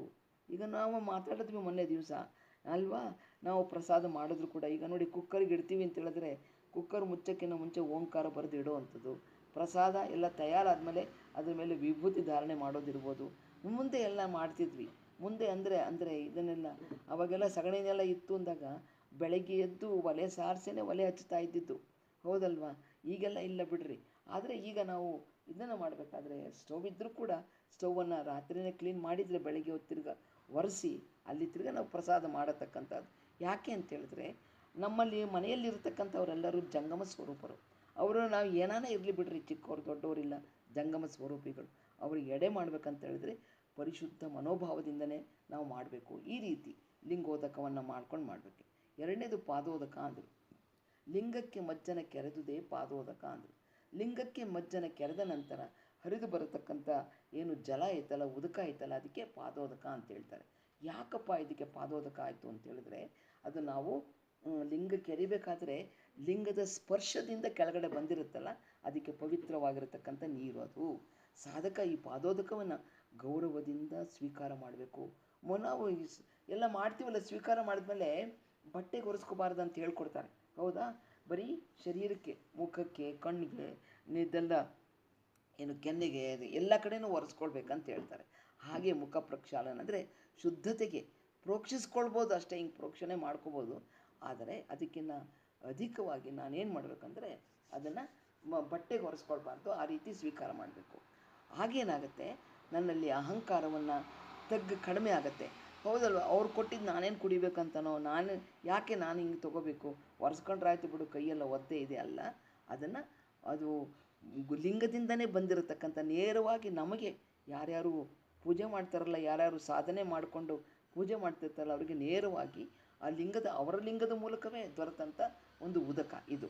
ಅದಕ್ಕೆ ಇಲ್ಲಿ ಅವ್ರು ಹೇಳ್ತಾರೆ, ಇದು ಲಿಂಗದ ಚೈತನ್ಯದ ಅನುಗ್ರಹವನ್ನು ಪಡ್ಕೊಂಡು ಬಂದಿರತಕ್ಕಂಥದ್ದು. ಲಿಂಗದ ಶಿರದ ಮೇಲೆ ನಾವು ಎರೆದಿರ್ತೀವಲ್ವ, ಪರಿಪೂರ್ಣವಾಗಿ ನನಗೆ ಸಿಗುವಂಥದ್ದು ಅನ್ನೋದನ್ನು ಕೂಡ ಅಲ್ಲಿ ಹೇಳ್ತಾರೆ. ಇದು ಒಂದು ಶರಣಭಾವದ ಸಂಕೇತ, ಸ್ವೀಕಾರ ಮಾಡೋದು ಕೂಡ. ಇನ್ನು ಮೂರನೇದು ಪ್ರಸಾದೋದಕ. ಲಿಂಗವಾರೋಗಣೆಯ ಮಾಡಿ ಮಿಕ್ಕುದೇ ಪ್ರಸಾದೋದಕ.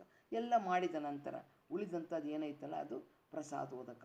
ಲಿಂಗ ಪೂಜೆಯ ನಂತರ ಉಳಿಯತಕ್ಕಂಥ ಪವಿತ್ರ ನೀರೇ ಪ್ರಸಾದೋದಕ. ಇದನ್ನು ಭಕ್ತರು ಭುಂಜಿಸಬೇಕು ಅಂತ ಹೇಳ್ತಾರೆ. ಅಂದರೆ ಪಾನ ಮಾಡಬೇಕು, ಕುಡಿಬೇಕು, ಬಿಸಾಕಬಾರ್ದು. ನಮ್ಮಲ್ಲಿ ಮುಂಚೆ ಎಲ್ಲ ಗೊತ್ತಿರಲಿಲ್ಲ ನಮಗೆ. ಏನು ಮಾಡ್ತಿದ್ವಿ, ತಗೊಂಡೋಗಿ ಗಿಡಕ್ಕೆ ಹಾಕ್ತಾಯಿದ್ವಿ. ಅದರಲ್ಲೆಲ್ಲ ಹೂವು ಇರ್ತಿತ್ತು. ಆಮೇಲೆ ಬೆಂಕಿ ಕಡ್ಡಿ ಹಚ್ಚಿದ್ದು, ದೀಪ ಹಚ್ಚಕ್ಕೆ ಬೆಂಕಿ ಕಡ್ಡಿ ಹಚ್ಚಿ ಅದಕ್ಕೆ ಹಾಕ್ತಿದ್ವಿ. ಆಮೇಲೆ ಉರಿದಿದ್ದು ಇದಿರುತ್ತಲ್ಲ, ಏನು ಗಂಧದ ಕಡ್ಡಿ, ಅದ್ರ ಕಡ್ಡಿಗಳೆಲ್ಲ ಅದರಲ್ಲೇ ಹಾಕಿ ಅಲ್ಲಿ ಹಾಕ್ಬಿಡ್ತಿದ್ವಿ. ಅದಲ್ಲ, ಅದನ್ನು ಕೂಡ ಪ್ರಸಾದ ಮಾಡಬೇಕಂತ ಹೇಳ್ತಾರೆ. ಅಂದರೆ ಪಾನ ಮಾಡೋದು, ಪ್ರಸಾದೋದಕ ಭುಂಜಿಸುವುದು ಅಂತ ಹೇಳಿದ್ರೆ ಇದ್ರ ಸೂಚನೆ ಹೇಳ್ತಾ ಇರೋದು ಅವರು. ಇದರ ಅಂತರಂಗದ ಅಲ್ಲಿ ಏನಾಗುತ್ತೆ, ಇದರ ಅಂತರಂಗದ ಸೂಕ್ಷ್ಮವಾಗಿ ಏನಪ್ಪ ಇದರ ಅರ್ಥ ಅಂತ ಹೇಳಿದ್ರೆ, ಅಲ್ಲಿ ಲಿಂಗಕ್ಕೆ ಮಜ್ಜನ ಕೆರೆದಿರ್ತೀವಿ ಶಿರದ ಮೇಲಿಂದ, ಅದರ ಲಿಂಗದ ಕೃಪೆ ನನ್ನಲ್ಲಿ ಅಳವಡಲಿ ಅನ್ನೋ ಭಾವದಲ್ಲಿ ನಾನು ಸ್ವೀಕಾರ ಮಾಡಬೇಕು. ನನಗೀಗಾಗಲೇ ಆ ದೇವಾನುಗ್ರಹ ಅಂದರೆ ಲಿಂಗದ ಅನುಗ್ರಹ ನನಗಾಗೈತೆ ಅಂಥೇಳಿ ನಾನು ಸ್ವೀಕಾರ ಮಾಡಬೇಕು. ಹಾಗೆ ಈ ಮೂರು ಜಲಗಳು ಕೂಡ ಶರಣ ಧರ್ಮದಲ್ಲಿ ಒಂದು ಕ್ರಮವನ್ನು ಸೂಚಿಸುತ್ತೆ. ಲಿಂಗೋದಕ ಶುದ್ಧೀಕರಣದ ಆರಂಭ ಆಯಿತು ಅಂದರೆ, ಪಾದೋದಕ ವಿನಯದ ಸ್ವೀಕಾರ ಮಾಡ್ದಂಗೆ, ವಿಧೇಯತೆಯಿಂದಿರತಕ್ಕಂಥ ಜೀವನದಲ್ಲಿ ವಿಧೇಯತೆಯ ಜೀವನವನ್ನು ಸಾಗಿಸತಕ್ಕಂಥದ್ದು. ಪ್ರಸಾದೋದಕ ಅಂತ ಹೇಳಿದ್ರೆ ದೈವಿ ಅನುಗ್ರಹವನ್ನು ಪಡ್ಕೊಳ್ಳತಕ್ಕಂಥದ್ದು ಕ್ರಿಯೆ. ಅಂದರೆ ಈ ಮೊದಲು ಶಿವಮಂತ್ರದಿಂದ ಶುದ್ಧಗೊಳಿಸ್ಕೊಳ್ಳೋವಂಥದ್ದು, ನಂತರ ವಿನಯದಿಂದ ಅದ ಅನುಗ್ರಹವನ್ನು ಪಡ್ಕೊಳ್ಳೋದು, ಮೂರನೇದು ಆ ಅನುಗ್ರಹವನ್ನು ಜೀವನದಲ್ಲಿ ಅಳವಡಿಸ್ಕೊಳ್ಳೋದು. ಈ ಮೂರು ಕ್ರಿಯೆಗಳು ಕೂಡ ಆ ಸಾಧಕ ತನ್ನ ಆತ್ಮಶುದ್ಧಿಗಾಗಿ ಮಾಡ್ಕೊಳ್ತಾನೆ. ಇದನ್ನು ಈ ಆಚರಣೆಯನ್ನು ಎಡೆಬಿಡದೆ ಅವನು ಮಾಡಲೇಬೇಕು. ಇನ್ನು ಈ ವಚನ ಭಾಳ ಅದ್ಭುತವಾಗೈತೆ. ಎಷ್ಟು ಚೆನ್ನಾಗಿದೆ ಅಂದರೆ, ಈ ಮುಂದಿನ 2 ವಚನ, ಈಗ ಮತ್ತು ಇನ್ನೊಂದು ವಚನ, ಅದನ್ನು ಹೇಳ್ತೀನಿ ಕೇಳ್ರಿ, ಎಷ್ಟು ಚೆನ್ನಾಗಿದೆ ಅಂತ ಹೇಳಿದ್ರೆ. ನನಗೆ ಯಾವಾಗಲೂ ಇದು ಭಾಳ ತುಂಬ ಇಷ್ಟ. ಇದು ನೋಡಿ, 13ನೇ ಸಂಪುಟ 875ನೇ ವಚನ. ಚಿತ್ತ ಸ್ವರೂಪವಾಗಿ ತನ್ನೊಳಗೆ ತೀರ್ಥ ಚಿತ್ರ ಪ್ರಕಾಶವಾಗಿಹುದು ನೋಡ. ಈ ತೀರ್ಥವನ್ನರಿಯದೆ ಹೊರಗೆ ಹರಿವ ನೀರ ತೀರ್ಥವೆಂದು ಹೋಗುವರು ನೋಡ. ಶುದ್ಧ ಪ್ರಕಾಶವಾಗಿ ತೀರ್ಥವನ್ನರಿಯದೆ ಹರಿವ ನೀರ ತೀರ್ಥವೆಂದು ಹೊಗಳುವ ಭವಭಾರಿಗಳಿಗೆ ಎಂದೆಂದಿಗೂ ಜನನ ಮರಣ ಬಿಡದು ನೋಡ. ಅಪ್ರಮಾಣ ಕೂಡಲ ಸಂಗಮ ದೇವ ಹೇಳ್ತಾರೆ. ಸಾಮಾನ್ಯವಾಗಿ ನಾವು ಮಾಡ್ತೀವಲ್ವ, ಅದೇನು ಹೇಳ್ತಾರೆ, ಕಾಶಿ ತೀರ್ಥ ತಗೊಂಬರೋದು ಸಣ್ಣ ಯಾವಾಗಲೂ ಸ್ಟೋರ್ ಮಾಡಿರ್ತಕ್ಕಂಥದ್ದು, ಅದು ತಾಮ್ರದ್ದೇ ಇರುತ್ತೆ. ತಾಮ್ರದ್ದೇ, ಅವಾಗ ಗೊತ್ತಿಲ್ಲ, ನಮಗೂ ಗೊತ್ತಿಲ್ಲ ರೀ. ನಮ್ಮಲ್ಲಿ ಒಂದು ಇದಿತ್ತು ತಾಮ್ರದ ಚಿಕ್ಕದು, ಅದಕ್ಕೆ ಸೀಲ್ ಮಾಡಿಬಿಟ್ಟಿತ್ತು. ಆ ಸೀಲ್ ಮಾಡಿರೋದನ್ನ ಮುಂದಿಟ್ಟು ಪೂಜೆ ಮಾಡ್ತಿದ್ವಿ, ನಮಗೂ ಗೊತ್ತಿತ್ತು, ಮಾಡಿದ್ವಿ ಅದನ್ನು.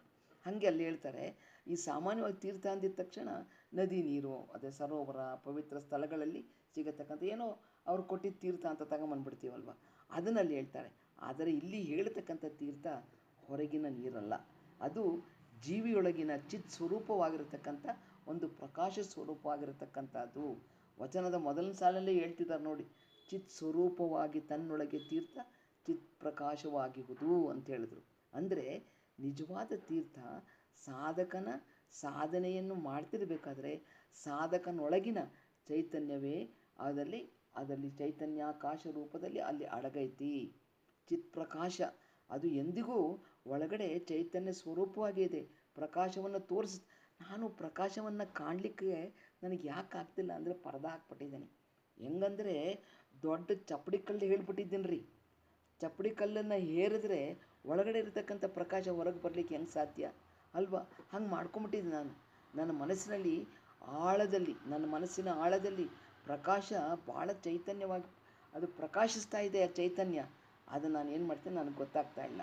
ಈ ಅಂತರಂಗದ ಚೈತನ್ಯವೇ, ಇವರು ಹೇಳ್ತಾರೆ ಅಂತರಂಗದ ಚೈತನ್ಯವೇ ಹರಿಯತಕ್ಕಂಥದ್ದು ಅದು ಶುದ್ಧ ತೀರ್ಥ. ಆದರೆ ಜನರು ಈ ಅಂತರಂಗದ ತೀರ್ಥವನ್ನು ಮರೀತಾರೆ.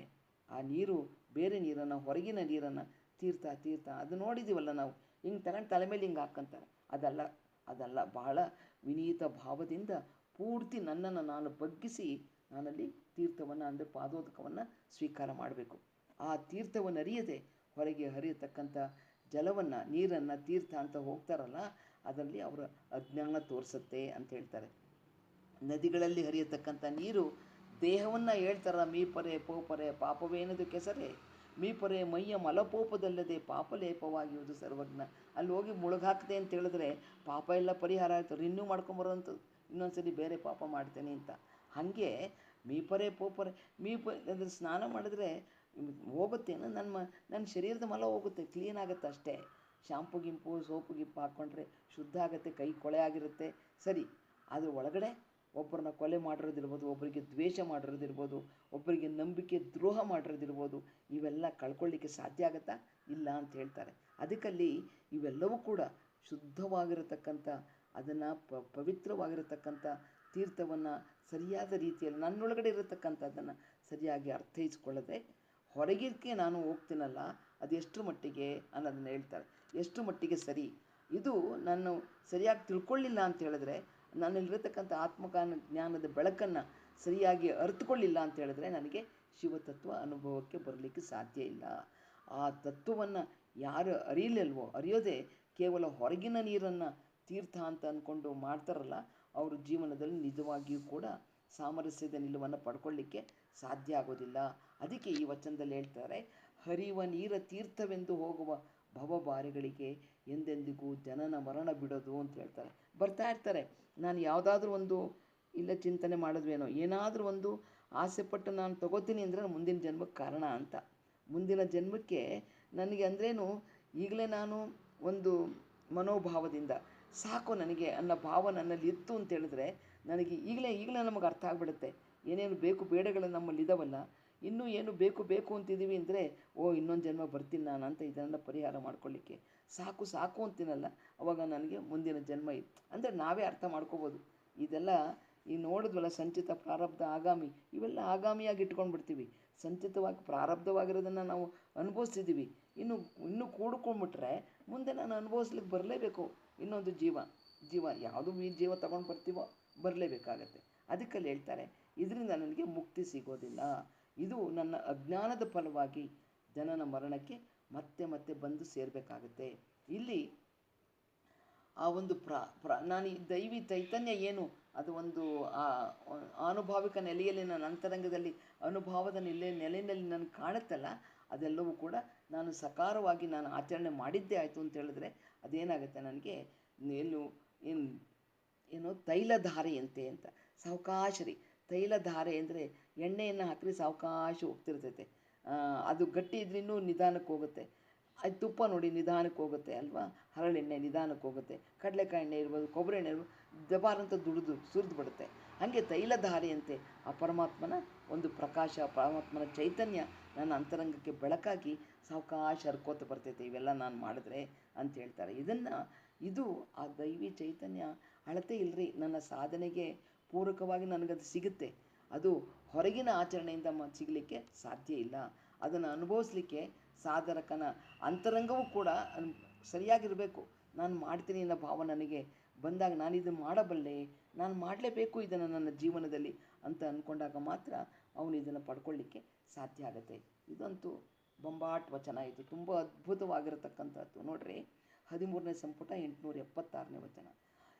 ಆ ತೀರ್ಥ ಸೂರ್ಯಪ್ರಭೆಗೂ ಬತ್ತಲೀಯದು, ಜ್ವಾಲಾಗ್ನಿ ಉಷ್ಣಕ್ಕೂ ಬತ್ತಲೀಯದು, ಗಾಳಿ ಬೀಸಿದಡೆ ಅಲ್ಲಾಡದು, ತೆರೆ ನೊರೆಗಳಿಲ್ಲ, ಹುಳುಗಳಿಲ್ಲ, ಆಕಾಶದಲ್ಲಿದ್ದು ಬಾಹ ಮಳೆಯಲ್ಲ, ಪೃಥ್ವಿ ಅಪ್ತೇಜವಾಯು ಆಕಾಶ ಲಯವಾದಳೂ ಲಯವಿಲ್ಲ ಆ ತೀರ್ಥಕ್ಕೆ.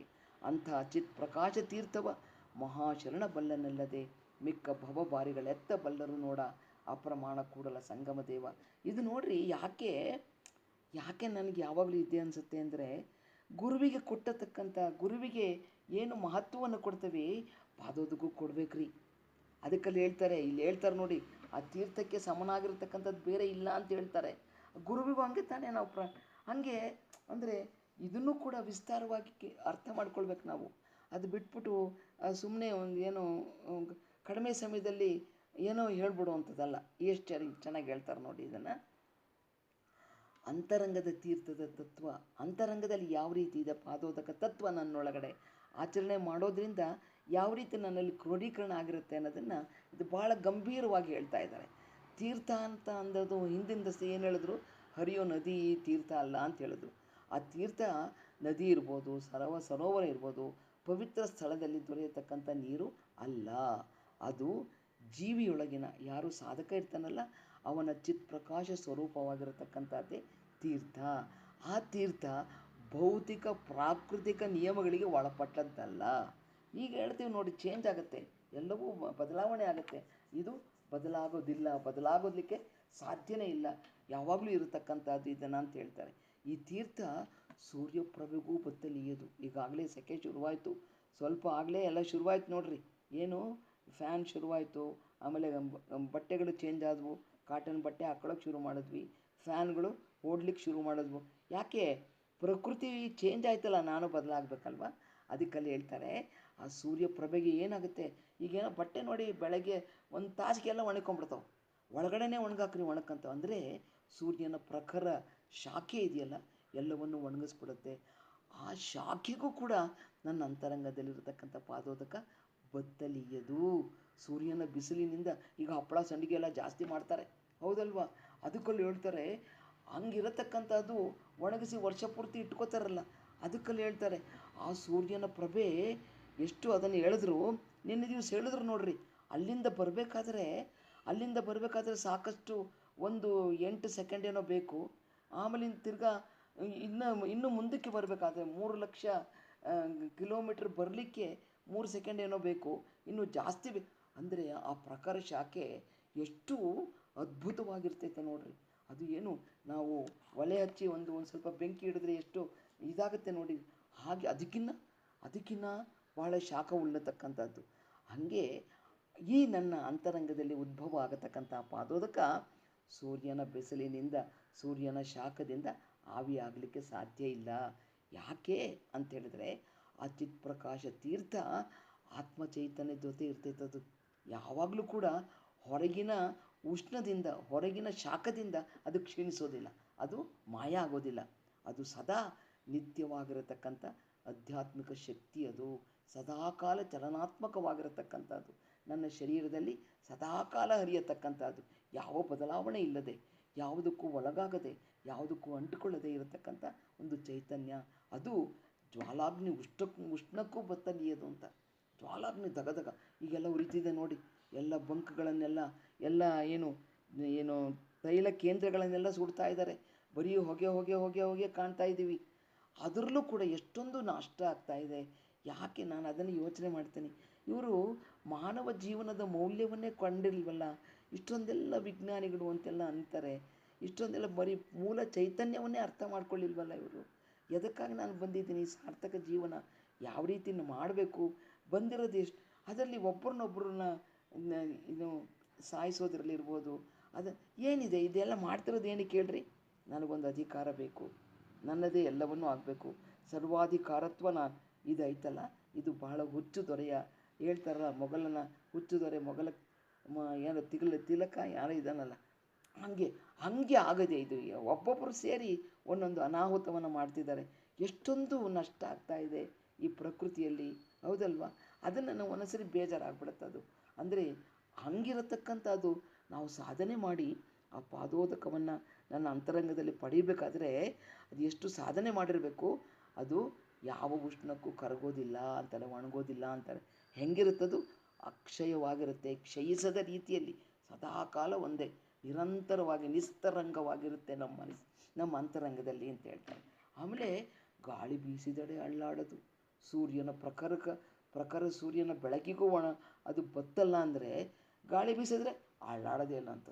ಅಂದರೆ ಸಾಮಾನ್ಯ ನೀರಿನಲ್ಲಿ ಸುಮ್ಮನೆ ನಿಸ್ತರಂಗ ತರಂಗ ಇಲ್ಲದೇ ಇದ್ದಾಗ ನೀವು ಒಂದು ಕಲ್ಲು ಹಾಕಿ ಸರ್ಕಲ್ ಹೋಗುತ್ತೆ. ಹಾಗೆ ಆ ಗಾಳಿಯಿಂದ ತರಂಗಗಳು ಬರ್ತವೆ. ಆದರೆ ಈ ಚಿತ್ಪ್ರಕಾಶ ನನ್ನಲ್ಲಿರತಕ್ಕಂಥ ಸ್ಥಿರ ಚೈತನ್ಯ ಅದು ಚಲಿಸಲಿಕ್ಕೆ ಸಾಧ್ಯನೇ ಇಲ್ಲ. ಅದಕ್ಕೆ ತೆರೆ ನೊರೆಗಳಿಲ್ಲ. ಅದು ಬಂದು ಎಲ್ಲ ತೊಗೊಂಡು ತೊಲೆನೆರೆ ಬಂದು ಬಡಿಯುತ್ತೆ. ಇದು ಸಮುದ್ರದ ನೀರು ಬಂದು ಅಷ್ಟು ದೂರದಿಂದ ಬಂದು ಬಡಿಯುತ್ತೆ, ತಿರ್ಗಾ ಹೋಗುತ್ತೆ. ಅದ್ರಲ್ಲಿ ಹೋಗುತ್ತೆ ಅನ್ನೋದಕ್ಕೆ ಇಲ್ಲ. ಅದಕ್ಕೆ ಯಾವುದೇ ಭೌತಿಕ ಅಶುದ್ಧಿಗಳು ಇದಕ್ಕೆ ಕೂಡಿಲ್ಲ. ಇದು ಸಂಪೂರ್ಣವಾಗಿರತಕ್ಕಂಥ ಪರಿಶುದ್ಧವಾಗಿರತಕ್ಕಂಥ ನೀರು, ನಿರಾಕಾರವಾಗಿರತಕ್ಕಂಥ ಚೈತನ್ಯ ಸ್ವರೂಪ. ಪಾದೋದಕವೂ ಕೂಡ ಅಷ್ಟಾವರಣಗಳಲ್ಲಿ ನಾವು ಹೇಳಿದ್ವಲ್ಲ, ಅಷ್ಟಾವರಣಗಳು ಪರಶಿವನಿಂದ ಉದಯವಾದವು. ಅದಕ್ಕೆ ಆ ಪರಶಿವನಿಂದ ಉದಯ ಆಗಿರತಕ್ಕಂಥದ್ದು ಪರಶಿವನ ಒಂದು ಕ್ಯಾರೆಕ್ಟರ್ನ, ಪರಶಿವನ ಒಂದು ನೇಚರ್ನೇ ತೊಗೊಂಡು ಹುಟ್ಟಿರುತ್ತಲ್ಲ, ಅದು ಹಂಗಿದಾನೆ ಪರಮಾತ್ಮ, ಇದ್ದು ಇಲ್ದಂಗಿದ್ದಾನಲ್ಲ, ಹಂಗೆ ಇವು ಇರ್ತವೆ ಅಂತ. ಆಮೇಲೆ ಆಕಾಶದಲ್ಲಿದ್ದು ಬಾಹಮಳೆಯೆಲ್ಲ ಪಾದೋದಕ ತತ್ವ ಹೇಳ್ಬೇಕಾದ್ರೆ ಹೇಳಿದ್ರು. ಅಲ್ಲಿ ಪರಮಾತ್ಮ ಉದಕ ಯಾವುದು, ಪಾದೋದಕ ಯಾವುದಂದ್ರೆ ಸುರಿಯುವ ಮಳೆಯೇ ಪಾದೋದಕ ಅಂದರು, ಹೌದಲ್ವಾ? ಆಕಾಶದಲ್ಲಿ ಬಾಹ ಮಳೆಯಲ್ಲ ಅಂದರೆ ಈ ತೀರ್ಥ ಆಕಾಶ ಸ್ವರೂಪದಲ್ಲಿ ಇದ್ದರೂ ಕೂಡ ಅದು ಮೋಡದೊಂದಿಗೆ ಕೂಡಿ ಮಳೆಯಾಗಿ ಸುರಿಯೋದಿಲ್ಲ, ಹೌದಲ್ವಾ? ಭೂಮಿ ಸಮುದ್ರದ ನೀರು ಬಿಸಿಲಿನ ತಾಪಕ್ಕೆ ಆವಿಯಾಗಿ ಹೋಗೋದನ್ನು ನೋಡಿದರೆ ನೀವು? ಇಲ್ಲ, ಮೋಡ ನೋಡಿವಿ. ಇದೆಲ್ಲ ನೋಡಿ ಚೈತನ್ಯ ಏನೈತಲ್ಲ, ಎಷ್ಟು ತನ್ನ ಕೆಲಸವನ್ನು ಎಷ್ಟು ಚೆನ್ನಾಗಿ ಮಾಡ್ಕೊಳುತ್ತೆ, ಹೌದಲ್ವಾ? ಅದಕ್ಕಲ್ಲಿ ಇದೆಲ್ಲ ಹೆಂಗೆ ನಮಗೆ ಕಾಣಬೇಕಿತ್ತದು ಅಲ್ವಾ? ಆವಿಯಾಗಿ ಹೋಗೋದು ನಮಗೆ ಕಾಣಬೇಕು. ಆವಿ ನಾವು ಹತ್ತಿರದಲ್ಲಿ ಒಲೆ ಉರಿಸ್ತೀವಿ, ಒಂದು ಮುಚ್ಚಳವನ್ನು ತೆಗೆದ್ರೆ ಆವಿಯಾಗಿ ಹೋಗೋದು ಗೊತ್ತಾಗುತ್ತೆ. ಈ ನೇಚರಲ್ಲಿ ಪ್ರಕೃತಿಯಲ್ಲಿ ಹೋಗತಕ್ಕಂಥ ನಮಗೇನು ಕಾಣಂಗೇ ಇಲ್ಲ. ಆದರೆ ಮೋಡ ನೋಡ್ತೀವಿ, ಅದು ಮಳೆಯ ಇದು ನೀರಿನ ಅಂಶವೇ ಇದೆ, ಹೌದಲ್ವಾ? ಹಾಗೆ ಇದು ಮಳೆಯೆಲ್ಲ ಇದ್ದರೂ ಕೂಡ ಮೋಡದೊಂದಿಗೆ ಕೂಡಿಕೊಂಡು ಮಳೆಯಾಗಿ ಸುರಿಯೋದಿಲ್ಲ. ಇದಕ್ಕೆ ಯಾವುದೇ ಭೌತಿಕ ರೂಪ ಇದಕ್ಕಿಲ್ಲ.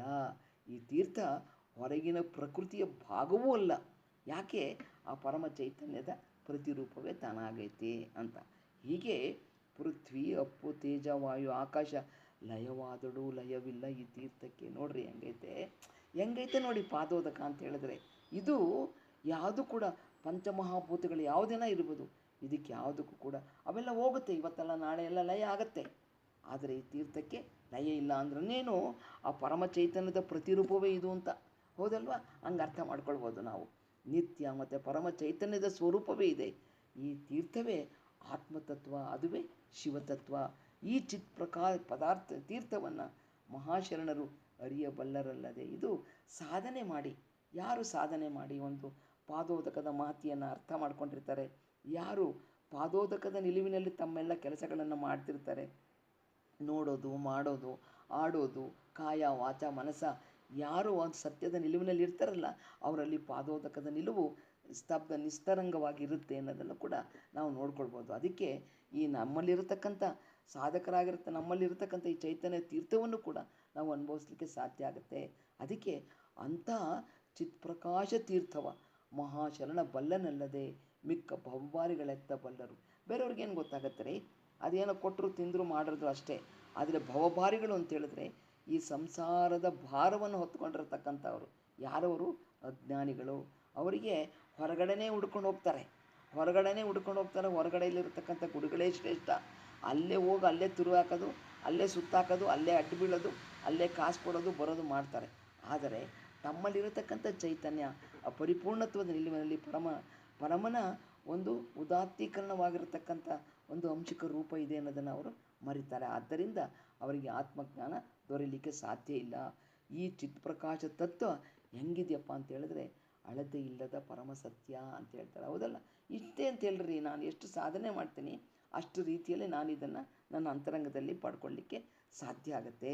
ಇದು ಹೊರಗಿನ ರೂಪಗಳಿಂದ ಅಥವಾ ಆಚರಣೆಗಳಿಂದ ದೊರೆಯುವಂಥದ್ದಲ್ಲ. ಇದು ಆನುಭಾವಿಕ ನೆಲೆಯಲ್ಲಿ ಯಾವಾಗಲೂ ಸದಾಕಾಲ ಸಾಧಕನ ಅಂತರಂಗದಲ್ಲಿ ಸ್ಥಿರವಾಗಿರತಕ್ಕಂಥದ್ದೇ ಪಾದೋದಕ. ಇನ್ನು ಇದರಲ್ಲಿ ನೋಡಿರಿ, ಈ ವಚನದಲ್ಲಿ ಇದಕ್ಕೆ ಏನಂದರೆ ಅಷ್ಟಾವರಣಗಳಿಗೆ ಹೆಂಗೆ ಈ ಉದಕವನ್ನು ಪಾದೋದಕವನ್ನು ಸಮೀಕರಿಸ್ತಾರೆ ಅನ್ನೋದು ಈ ವಚನದಲ್ಲಿದೆ. ನಾನು ನೋಡಿ ಹೇಳ್ತೇನೆ. 13ನೇ ಸಂಪುಟ 994ನೇ ವಚನ. ಭೂಮಿ, ಜಲ, ಅಗ್ನಿ, ಗಾಳಿ, ಆಕಾಶ ಇವು ಮೊದಲಾದ ಪಂಚಕದಿಂದ ಉದಿಸಿದುದೇ ಬ್ರಹ್ಮಾಂಡವೆನಿಸಿತ್ತು. ಅದರ ಸೂತ್ರವಿಡಿದು ಬಂದದ್ದೇ ಪಿಂಡಾಂಡವೆನಿಸಿತ್ತು.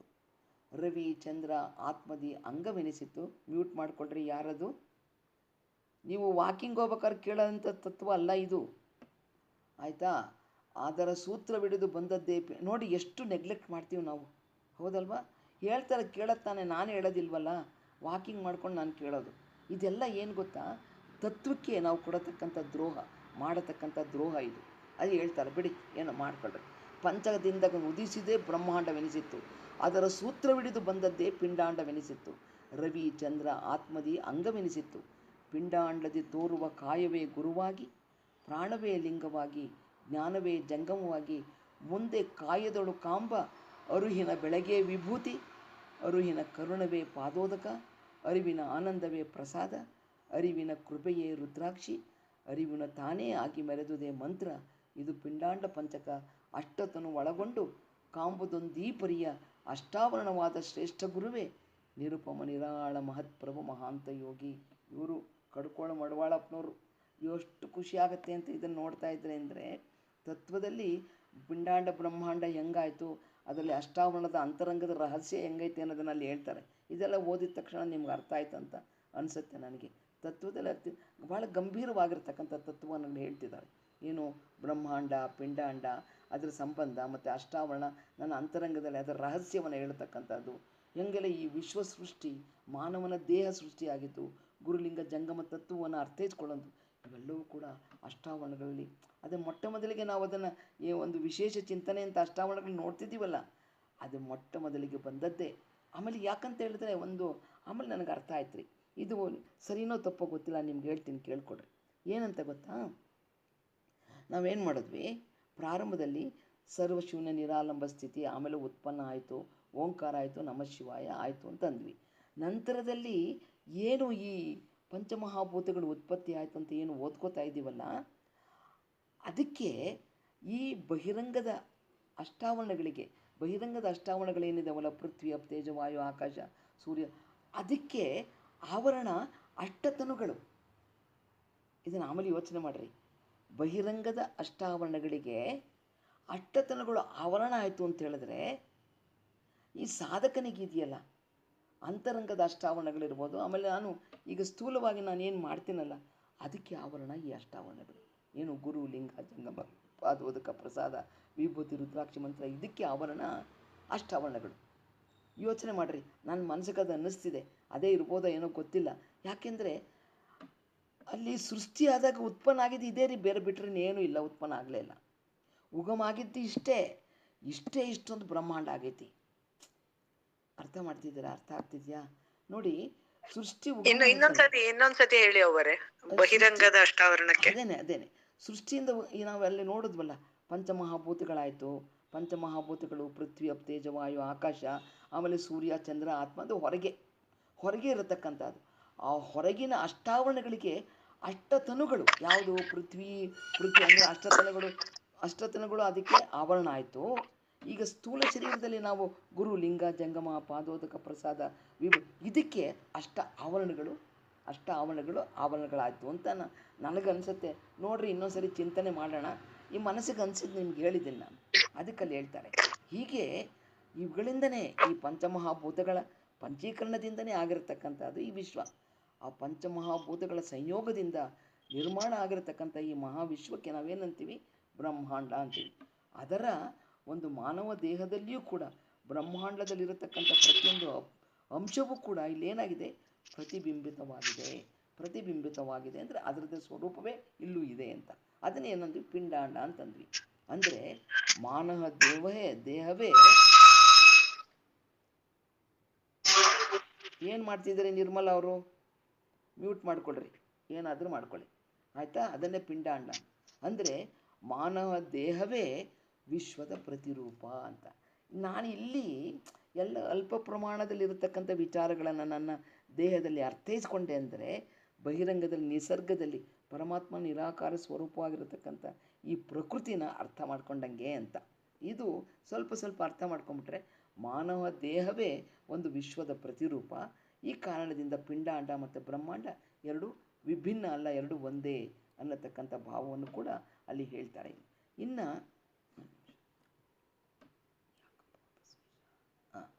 ಇದಕ್ಕೆ ಅಲ್ಲಿ ಹೇಳ್ತಾರೆ, ಅಲ್ಲಿ ತಿರ್ಗ ಗೊತ್ತಾಯ್ತು ನಿಮಗೆ, ಅದನ್ನು ಅರಿವಿನ ಬೆಳಗ್ಗೆ ವಿಭೂತಿ ಆಯಿತು ಅಂದರೆ ಅಜ್ಞಾನವನ್ನು ಕರಗಿಸಿ ಜ್ಞಾನ ಪ್ರಕಾಶವನ್ನು ನೀಡತಕ್ಕಂಥ ಒಂದು ಸ್ಥಿತಿ. ಆಮೇಲೆ ಅರಿವಿನ ಕರಣವೇ ಪಾದೋದಕ ಅಂದರು. ಅಹಂಕಾರ ನನ್ನಲ್ಲಿ ಕರಗಿದಾಗ ಉಂಟಾಗತಕ್ಕಂಥ ವಿನೇಯ, ಒಂದು ಶುದ್ಧ ಚೈತನ್ಯದ ನಿಲುವೇ ಪಾದೋದಕ ಅಂತ ಹೇಳಿದ್ರು. ಅರಿವಿನ ಆನಂದವೇ ಪ್ರಸಾದ. ದೈವಾನು ಅಂದರೆ ನಾವು ಪರಮಾತ್ಮನ ಕಾರುಣ್ಯವನ್ನು ಪೂಜೆ ಮಾಡಿದಾಗ ಪ್ರತಿ ದಿವಸ ಪ್ರತಿ ಕ್ಷಣನೂ ಪಡ್ಕೊಳ್ಬೇಕು. ಬೆಳಗ್ಗೆ ಮಾಡಿದ ತಕ್ಷಣ ಸಿಕ್ತು ನನಗೆ ಅಂತಲ್ಲ, ಪ್ರತಿ ಕ್ಷಣ ಅದರ ನೆನಹಿನಲ್ಲಿರಬೇಕು. ಆಗ ನನಗೆ ಒಂದು ಪರಮಾನಂದದ ಪ್ರಸಾದ ದೊರಕಲಿಕ್ಕೆ ಸಾಧ್ಯ. ಅರಿವಿನ ಕೃಪೆಯೇ ರುದ್ರಾಕ್ಷಿ ಎಂದರು.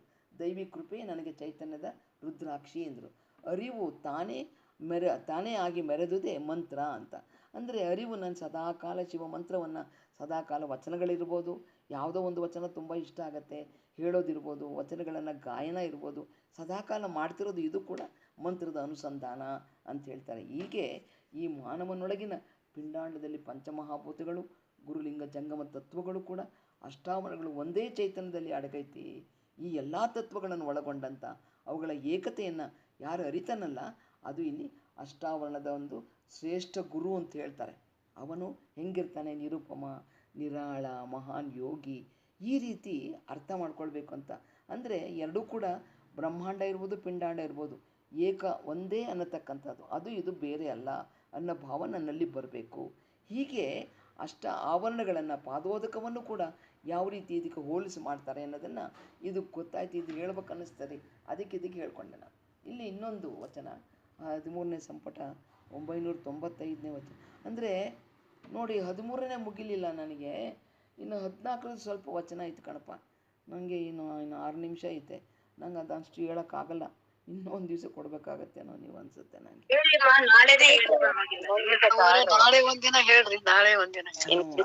ಅಂದರೆ ಪರಿಪೂರ್ಣವಾಗಿ ಆಗ್ಬಿಡ್ಲಿ ಅಂತ ನನಗನ್ಸುತ್ತೆ.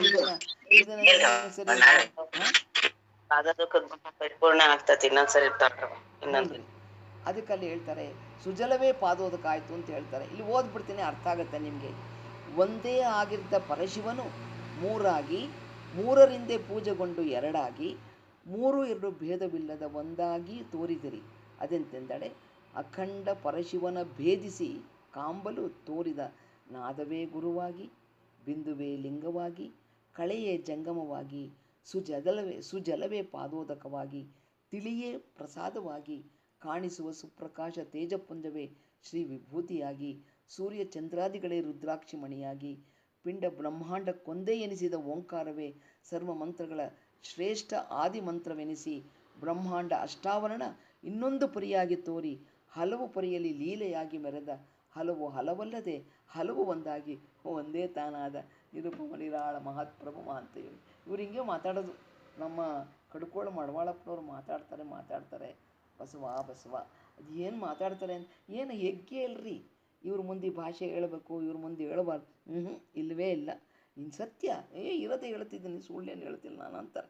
ಹಾಗೆ ಇವರು ಪರಶಿವನ ಲೀಲಾ ವಿಭೋಗ ಮತ್ತು ಲೀಲಾ ವಿಭಾಗ ಇದು, ಮತ್ತು ಅಷ್ಟಾವರಣಗಳ ಮೂಲ ಸ್ವರೂಪವನ್ನು ಕೂಡ ಇದರಲ್ಲಿ ವಿವರಿಸ್ತಾರೆ ಅನ್ನೋದನ್ನು ಕೂಡ. ಅಂದರೆ ಒಂದೇ ಆಗಿದ್ದ ಪರಶಿವ ಮೂರಾಗಿ ಮೂಲತಃ ಇದ್ದಿದ್ದೇನು, ನಿರಾಕಾರ ಅಖಂಡ ಏಕಸ್ವರೂಪ. ಅಖಂಡ ಖಂಡ ಮತ್ತು ಅಖಂಡ, ಖಂಡ ನಾನು, ಅಖಂಡ ಪರಮಾತ್ಮ. ಹೌದಲ್ವಾ? ನಿನ್ನೆ ಹೇಳಿದ್ರಲ್ಲ ಜೇಡ್ರ ದಾಸಿಮಯ್ಯನವರ ವಚನದಲ್ಲಿ. ಆಮೇಲೆ ಇವರು ಯಾರಪ್ಪ, ಇನ್ನೊಂದು ಯಾರಮ್ಮ ಹೇಳಿದ್ದು, ಚಂದಿಮರಸರ ವಚನ ಹೇಳಿದ್ರಲ್ಲ. ಹಾಗೆ ಪರಶಿವ ಮೂಲತಃ ನಿರಾಕಾರ ಅಖಂಡ ಏಕಸ್ವರೂಪ. ನನಗೆ ಗೊತ್ತಾಗಬೇಕಲ್ಲ, ವಿಕಾಸ ಆಗಲಿಕ್ಕೆ ಇವೆಲ್ಲ ವಿಕಾಸ ಹಾಕೋತ ಒಂದಿದ್ದು ಎರಡಾಯಿತು, 2 3 3 6 30 ಹಿಂಗೆ ಆಗ್ತಾ ಬಂತು. 3 ರೂಪದಲ್ಲಿ ವ್ಯಕ್ತಪಡಿಸ್ತಾರೆ. ಅದು ಯಾವುದಂದರೆ ಗುರು ಲಿಂಗ ಜಂಗಮ. ಮೂರರಿಂದೇ ಪೂಜೆಗೊಂಡುದೇ ಎರಡಾಯಿತು. ಆ 3 ತತ್ವಗಳ ಅನುಭವದಲ್ಲಿ ಭಕ್ತ ಮತ್ತು ಜಂಗಮ ಅಂತ ಆಯಿತು. ಇವೆರಡರ ಸಂಬಂಧ ಅದು ಸಾಧನೆಯಲ್ಲಿ ಪರಿಪೂರ್ಣ ಸ್ಥಿತಿಯನ್ನು ಹೊಂದಿದಾಗ 3 2 ಭೇದ ಇಲ್ಲದೆ ಒಂದಾಗೆ ತೋರ್ತು ಅಂತ. ಅಂದರೆ ಗುರು ಲಿಂಗ ಜಂಗಮ, ಭಕ್ತ ಜಂಗಮ. ಇನ್ನೂ ನೀವು ಓದ್ರಿ, ಇನ್ನೂ ಚೆನ್ನಾಗಿ ಓದ್ರಿ. ಚನ್ನಬಸವಣ್ಣವರು ಭಕ್ತ ಜಂಗಮ ಎರಡನೇ ತಗೊಂಬರ್ತಾರೆ. ಭಕ್ತ ಜಂಗಮ ಎರಡನೇ ತಗೊಂಬರ್ತಾರೆ. ಭಕ್ತ ಜಂಗಮದಲ್ಲೇ ಇದರಲ್ಲಿ 3 ಇದರಲ್ಲಿ 3 6 ಹೇಳ್ಬಿಟ್ಟು ಶಟಸ್ಥಲಗಳನ್ನು ಹೇಳ್ಕೊಂಡು ಹೋಗ್ತಾರೆ. ಶಟಸ್ಥಲ ಒಂದೇ ಇದ್ದಿದ್ದನ್ನು ಅಲ್ಲಿ ತ್ಯಾಗಾಂಗ ಭೋಗಾಂಗ ಯೋಗಾಂಗ ಹೇಳ್ತಾರೆ. ಭಕ್ತ ಮಹೇಶ ಪ್ರಸಾದಿ ಪ್ರಾಣಲಿಂಗೆ ಶರಣ ಐಕ್ಯ ಇಷ್ಟ ಪ್ರಾಣ ಎಲ್ಲವನ್ನು ಜೋಡಿಸ್ಬಿಟ್ಟು ಅತ್ಲಾಗೆ ಮೊದಲು ವಿಸ್ತಾರ ಮಾಡ್ಕೊಂಡು ಬಂದು ಟಕಟಕಟಗಳ ಅಂತ ಹೇಳ್ತಾರೆ. ಆಮೇಲೆ ಎಲ್ಲ ಜೋಡಿಸ್ಬಿಟ್ಟು ಒಂದೇ ಬೇಕಾದ್ರೆ ತಿಳ್ಕೊ ಬ್ಯಾಡ್ದ್ರೆ ಬಿಡು ಅಂದ್ಬಿಡ್ತಾರೆ. ಹಂಗೆ ಅಷ್ಟೊಂದು ವಿಸ್ತಾರ ಮಾಡ್ತಾರೆ. ಅಂದರೆ ಇಷ್ಟೆಲ್ಲ ನಾವು ತಿಳ್ಕೊಳ್ಳೋದಿರೋದು ಉದ್ದೇಶ ಆ ಮೂಲತತ್ವದ ಅರಿವಾಗಬೇಕು ನಮಗಷ್ಟೇ. ಮೂಲತತ್ವ ಇದೇ ನಮ್ಮಲ್ಲಿದೆ, ಆದರೆ ನಾವು ಅರ್ಥ ಮಾಡ್ಕೊಳ್ಳೋಕ್ಕಾಗ್ತಿಲ್ಲ. ಅದಕ್ಕೆ ನಮಗೆ ಇಷ್ಟೊಂದು ವಿಸ್ತಾರವನ್ನು ಕೊಡ್ತಿದ್ದಾರೆ, ಇಷ್ಟೊಂದು ವಿಸ್ತಾರ ಕೊಡ್ತಿದ್ದಾರೆ. ಹಾಗಾಗಿ ನಾವು ಅರ್ಥಕೊಳ್ಳಿಕ್ಕೆ, ಇದನ್ನು ತಿಳ್ಕೊಳ್ಳಿಕ್ಕೆ ನಾವು ಪ್ರಯತ್ನ ಪಡಬೇಕು.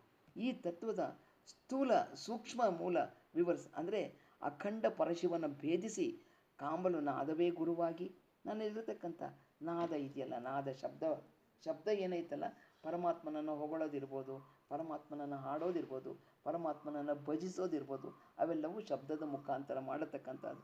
ಅದು ಒಳ್ಳೆಯ ಶಬ್ದದಿಂದ ಮಾಡತಕ್ಕಂಥದ್ದು ನನಗೆ ಗುರುವಾಗಿ ನನ್ನ ಅಂತರಂಗದಲ್ಲಿ ಅಭಿವ್ಯಕ್ತಿ ಆಗುತ್ತೆ. ನಾದ ಹೊರಹೊಮ್ಮುತ್ತೆ. ನಾದವೇ ಗುರು ಸ್ವರೂಪ. ನಾದದಿಂದ ಉಂಟಾಗತಕ್ಕಂಥ ಒಂದು ಸೂಕ್ಷ್ಮ ಚೈತನ್ಯ ಬಿಂದು, ಅದಕ್ಕೆ ಬಿಂದು ಅಂತ ಹೇಳಿದ್ರು. ಅದರಲ್ಲಿ ಅದುವೇ ಲಿಂಗ ಸ್ವರೂಪ. ಆ ಬಿಂದು ಚಲನೆಯಾಗಿ ವ್ಯಕ್ತ ಆಗತಕ್ಕಂಥ ಶಕ್ತಿಯನ್ನೆನ್ನೆ ಹೇಳಿದ್ರು. ನಾದ ಬಿಂದು ಕಳೆದ ಬಗ್ಗೆ ಹೇಳಿದ್ರು ನಿನ್ನೆ ದಿವಸನೇ ಅಲ್ಲ, ನೆನ್ನೆನೋ ಮೊನ್ನೆನೋ ಹೇಳಿದ್ರು. ಯಾವತ್ತು ಮೊನ್ನೆನೋ ಕೇಳಿದ್ರ? ಮೊನ್ನೆ ದಿವಸದ ಯಾರಾದರೂ ಕೇಳಿದ್ದೀರಾ? ನೆನ್ನೆ ಹೇಳಿದ್ರೆ. ಈಗ ನೋಡ್ರಿ, ನಿನ್ನೆ ಇನ್ನೊಂದು ಸರಿ ಕೇಳ್ರಿ ಎಲ್ಲರೂ. ನನಗೆ ತಿಳಿದಿದ್ದು ಹೇಳ್ತೀನಿ. ಅದನ್ನು ಝೂಮ್ ಮಾಡ್ಕೋತ ನೋಡಿದ್ರೆ ಕೊನೆಗೆ ಉಳಿಯೋದು ಬರೀ ತರಂಗಗಳಂತ ಹೇಳಿದ್ರು. ಪಾರ್ಟಿಕಲ್ ಆರ್ ತರಂಗದಲ್ಲಿ ಅಥವಾ ಒಂದು ಕಣ ಆಗಿ ಕಾಣುತ್ತೆ. ಅಥವಾ ಇದನ್ನು ಯಾರನ್ನು ಸುಮ್ಮನೆ ಕೊಟ್ಟಿಲ್ಲರಿ ಇಷ್ಟಲಿಂಗನ ಬಸವ ಇನ್ನು ಎಷ್ಟು ವಿವರಿಸ್ಬೇಕಪ್ಪ ನನಗಂತೂ ಗೊತ್ತಿಲ್ಲ. ಎಷ್ಟೊಂದು ಶ್ರೇಷ್ಠವಾಗಿರತಕ್ಕಂಥ ತತ್ವವನ್ನು ಬಸವಣ್ಣವರು ಎಷ್ಟೊಂದು ವೈಜ್ಞಾನಿಕ ಹಿನ್ನೆಲೆಯಲ್ಲಿ ಎಲ್ಲವನ್ನೂ ತಿಳ್ಕೊಂಡು ಹೇಳಿದ್ದಾರೆ ಅಂತ ಹೇಳಿದ್ರೆ ನಿಜವಾಗ್ಲೂ ಅದನ್ನು ಸ್ವೀಕಾರ ಮಾಡಬೇಕಾದ್ರೆ ಅದಕ್ಕೆ ದೀಕ್ಷೆ ಬಹಳ ಮುಖ್ಯ. ಸತ್ಯವಾಗ್ಲೂ ಹೇಳ್ತೀನಿ ಕೇಳ್ರಿ, ದೀಕ್ಷೆ ಬಹಳ ಮುಖ್ಯ. ಅದೇ ಪ್ರಮುಖವಾಗಿರತಕ್ಕಂಥದ್ದು. ಅದನ್ನು ನೀವು ಸರಿಯಾಗಿ ತಗೊಂಡ್ರೆ ಅಂತಂದರೆ ಯಾವುದೇ ಕಾಲಕ್ಕೂ ಲಿಂಗವನ್ನು, ಯಾವುದೇ ಕ್ಷಣದಲ್ಲೂ ನಾವು ಲಿಂಗವನ್ನು ಬಿಡಲಿಕ್ಕೆ ಸಾಧ್ಯನೇ ಇಲ್ಲ. ಅಲ್ಲಿ ಹೇಳ್ತಾರೆ ನೋಡಿ, ಕೂತ್ಕೊಳ್ಳೋದಿರ್ಬೋದು. ಅಲ್ಲಿ ನೋಡಿದ್ರಲ್ಲಿ ಅಬ್ಸರ್ವೇಷನ್ ಅಂತ ಹೇಳಿದ್ರು, ಅಬ್ಸರ್ವೇಷನ್ ಮಾಡಿದ್ರೆ ಮಾತ್ರ ನನಗದು ಕಾಣುತ್ತೆ, ಇಲ್ದಿದ್ರಿಲ್ಲ. ಅದು ಕಣವಾಗಿಯೂ ಇದೆ, ತರಂಗ ರೂಪದಲ್ಲೂ ಇದೆ. ಹೇಳಿದ್ರಲ್ಲ, ವೇವ್ ಲೆಂತ್ ಇರ್ಬೋದು ಅಥವಾ ಪಾರ್ಟಿಕಲ್ ಇರ್ಬೋದು, ಹೇಳಿದ್ರು. ಅವೆಲ್ಲ ಅರ್ಥ ಮಾಡ್ಕೊಳ್ಬೇಕು ನಾವು. ಅದು ಏನು ಚೈತನ್ಯ ಅಲ್ಲಿದೆಯಲ್ಲ, ಅದು ಶಿವ ಅಂದರು, ಅದನ್ನು ಶಿವ ಅಂದರು, ಅದನ್ನು ಹರ ಅಂದರು. ಹೌದಲ್ವಾ?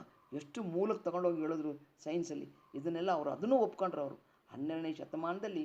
ಅದನ್ನು ಪ್ರಬುದ್ಧವಾಗಿರತಕ್ಕಂಥ ಅಲ್ಲಮಪ್ರಭು ದೇವರ ಒಂದು ಬೆಳಗಿನ ವಚನಗಳಲ್ಲಿ ಎಷ್ಟೊಂದು ವಿಸ್ತಾರವಾಗಿರತಕ್ಕಂಥ ಈ ಸೃಷ್ಟಿಯ ರಚನೆ, ಇವತ್ತೇನು ಬ್ಲ್ಯಾಕ್ ಹೋಲ್ ಇರ್ಬೋದು, ಆಮೇಲೆ ತಿರ್ಗಾ ಎಷ್ಟೊಂದು ವಿಚಾರಗಳನ್ನು ಅಲ್ಲಿ ಏನದು ಬಿಗ್ ಬ್ಯಾಂಗ್ ಥಿಯರಿ, ಅದಲ್ಲ ಬಿಗ್ ಬ್ಯಾಂಗ್ ಥಿಯರಿ ಅಲ್ರಿ. ಬಿಗ್ ಬ್ಯಾಂಗ್ ಥಿಯರಿ ಪ್ರಾರಂಭ ಆಯ್ತು ಅಷ್ಟೇ. ಇದನ್ನು ಬ್ಲ್ಯಾಕ್ ಹೋಲ್ ಇರ್ಬೋದು, ಆಮೇಲೆ ಸಿಂಗ್ಯುಲಾರಿಟಿ ಇರ್ಬೋದು, ಡ್ಯುಯಾಲಿಟಿ ಅಂತ ಸ್ಟ್ರಿಂಗ್ ಥಿಯರಿ ಹೌದು, ಸ್ಟ್ರಿಂಗ್ ಥಿಯರಿ ಅಂತ ಹೇಳಿದ್ರು. ಆಮೇಲೆ ತಿರ್ಗಾ ಅದು ಇನ್ನೊಂದು ಏನು ಹೇಳಿದ್ರು ಅಂತ ಹೇಳಿದ್ರೆ ಅದು ಎಂಟ್ಯಾಂಗಲ್ಮೆಂಟ್ ಅಂತ ಬರೋದು, ಎಂಟ್ಯಾಂಗಲ್ಮೆಂಟ್ ಅಂತ ಹೇಳಿದ್ರು. ಆಮೇಲೆ ಅನ್ಸರ್ಟನಿಟಿ ಪ್ರಿನ್ಸಿಪಲ್ ಅಂತ ಹೇಳಿದ್ರು. ಎಷ್ಟೊಂದು ವಿಚಾರಗಳನ್ನು ಇವೆಲ್ಲವನ್ನು ಕೂಡ ಹೆಂಗ್ರಿ ಗೊತ್ತಾಯ್ತು? ಯಾಕ್ರಿ ನಾವು ನೇರವಾಗಿ ಇಟ್ಕೊಂಡು ಕೂತ್ಕೊಂಡು ಲಿಂಗ ಪೂಜೆ ಮಾಡಬೇಕು? ಇದರೆಲ್ಲ ಹಿನ್ನೆಲೆಯಲ್ಲಿ ನೀನು ಇದನ್ನು ಅಬ್ಸರ್ವ್ ಮಾಡಿದ್ದೇ ಆಯಿತು ಅಂತ ಹೇಳಿದ್ರೆ ಆ ಚೈತನ್ಯ ನಿನ್ನ ಅಂತರಂಗದಲ್ಲೇ ಕಾಣ್ತೈತೆ, ನಿನಗೆ ಕಾಣ್ತೈತೆ ನಿನ್ನ ಕೈಯಾಗೆ. ಆ ಲಿಂಗ ಇದು ಒಂದು ಮಾಧ್ಯಮ ಅಷ್ಟೇ. ಸಾಕಾರ ನಿರಾಕಾರ ಕಾಣಲಿಕ್ಕೆ ಸಾಕಾರ ರೂಪ ಇಟ್ಲಿಂಗ ಬೇಕು. ಇದ್ರ ಮೂಲಕ ನೀನು ಕಾಣ್ಲಿಕ್ಕೆ ಸಾಧ್ಯ. ಅದು ಪಾರ್ಟಿಕಲ್ ಇರ್ಬೋದು ಅಥವಾ ವೇವ್ ಲೆಂತಲ್ಲಿ ಇರ್ಬೋದು, ತರಂಗಾಂತರದಲ್ಲಿ ಇರ್ಬೋದು. ಇದನ್ನು ನೀನು ತಿಳ್ಕೊ ಅಂತ ಎಷ್ಟು ಚೆನ್ನಾಗಿ ಹೇಳಿದ್ರು. ಅದಕ್ಕೆ ಆಮೇಲೆ ಅದೊಂದು ವಚನ ಒಂದು ಹೇಳಿದ್ರಲ್ಲ ಬಸವಣ್ಣವ್ರ ವಚನ, ಯಾಕಂತ ಹೇಳಿದ್ರೆ R.C. ಹಿರೇಮಠರ ಪುಸ್ತಕದಲ್ಲಿ ತುಂಬ ಸ್ಪಷ್ಟವಾಗೈತೆ. ಇವರು ಯಾಕೆ ಅದನ್ನು ಚೇಂಜ್ ಮಾಡಿದ್ರೋ ಗೊತ್ತಿಲ್ಲ. ಎಂ ಕಲಬುರ್ಗಿಯವರು ಬಸವಣ್ಣವ್ರ ವಚನ ಸಂಪುಟವನ್ನು ಸಂಗ್ರಹ ಮಾಡಬೇಕಾದ್ರೆ ಯಾಕೆ ಅದನ್ನು ಬದಲಾಯಿಸಿದ್ರೋ ಗೊತ್ತಿಲ್ಲ, ಅಲ್ಲಿ ಅಷ್ಟು ಸ್ಪಷ್ಟತೆ ಇಲ್ಲ. ಇದರಲ್ಲಿ ತುಂಬ ಸ್ಪಷ್ಟತೆ ಇದೆ, ಭಾಳ ಚೆನ್ನಾಗಿ ಸ್ಪಷ್ಟವಾಗಿ ಹೇಳ್ತಾರೆ.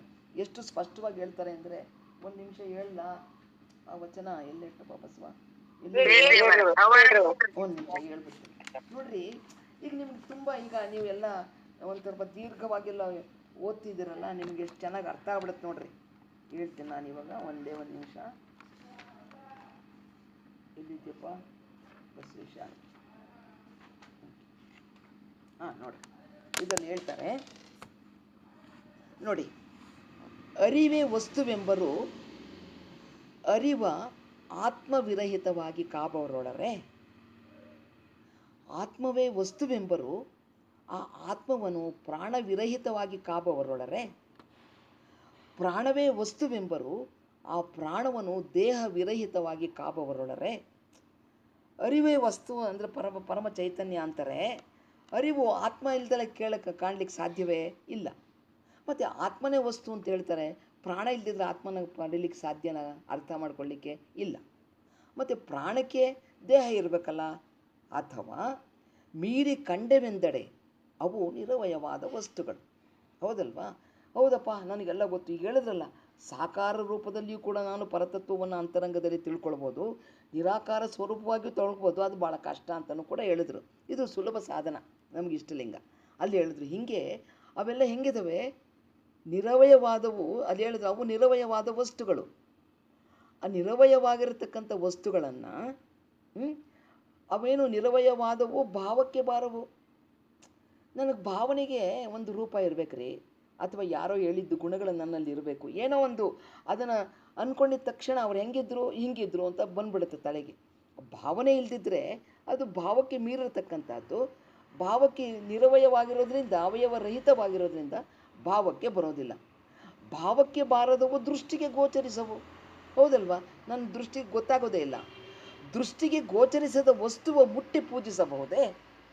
ನನ್ನ ಕಣ್ಣಿಗೆ ಕಾಣೋದೇ ಇಲ್ಲ, ನಾನು ಹಿಂಗೆ ಸುಮ್ಮನೆ ಪೂಜೆ ಮಾಡೋಕ್ಕೆ ಬರ್ತೈತೇನು? ಪೂಜೆಗೆ ಬಾರದು. ಅದು ಕಾರಣ ಕಾಯಸ್ಥಳವಿಡಿದು ನೋಡಲು ಅರಿವು ಆತ್ಮ ಪ್ರಾಣಗಳು ಬೇರಿಲ್ಲ. ಅದು ಕಾರಣ ಸಾಕಾರವಾದ ಇಷ್ಟಲಿಂಗವಿಲ್ಲದೆ ಬಟ್ಟ ಬಯಲ ಜ್ಞಾನವೇ ವಸ್ತುವೆಂಬ ಕಷ್ಟದ ನುಡಿಯನೇನೆಂಬೆ. ದೃಶ್ಯವಾದ ಇಷ್ಟಲಿಂಗದ ಘನವ ಕೂಡಲ ಸಂಗಮ ದೇವರಲ್ಲಿ ನೀನೇ ಬಲ್ಲೆಯಲ್ಲದೆ ನಾನೆತ್ತ ಬಲ್ಲೆನಯ್ಯ ಚನ್ನಬಸವಣ್ಣ ಅಂತ ಹೇಳಿದ್ರು. ಇದು ಆರ್ ಸಿ ಹಿರೇಮಠರು. ಅದನ್ನೇ ಇವರು ಅದರಲ್ಲಿ 1ನೇ ಸಂಪುಟದಲ್ಲಿ 1038ನೇ ವಚನ ಅವ್ರು ಹೇಳ್ತಾರೆ ನೋಡಿ.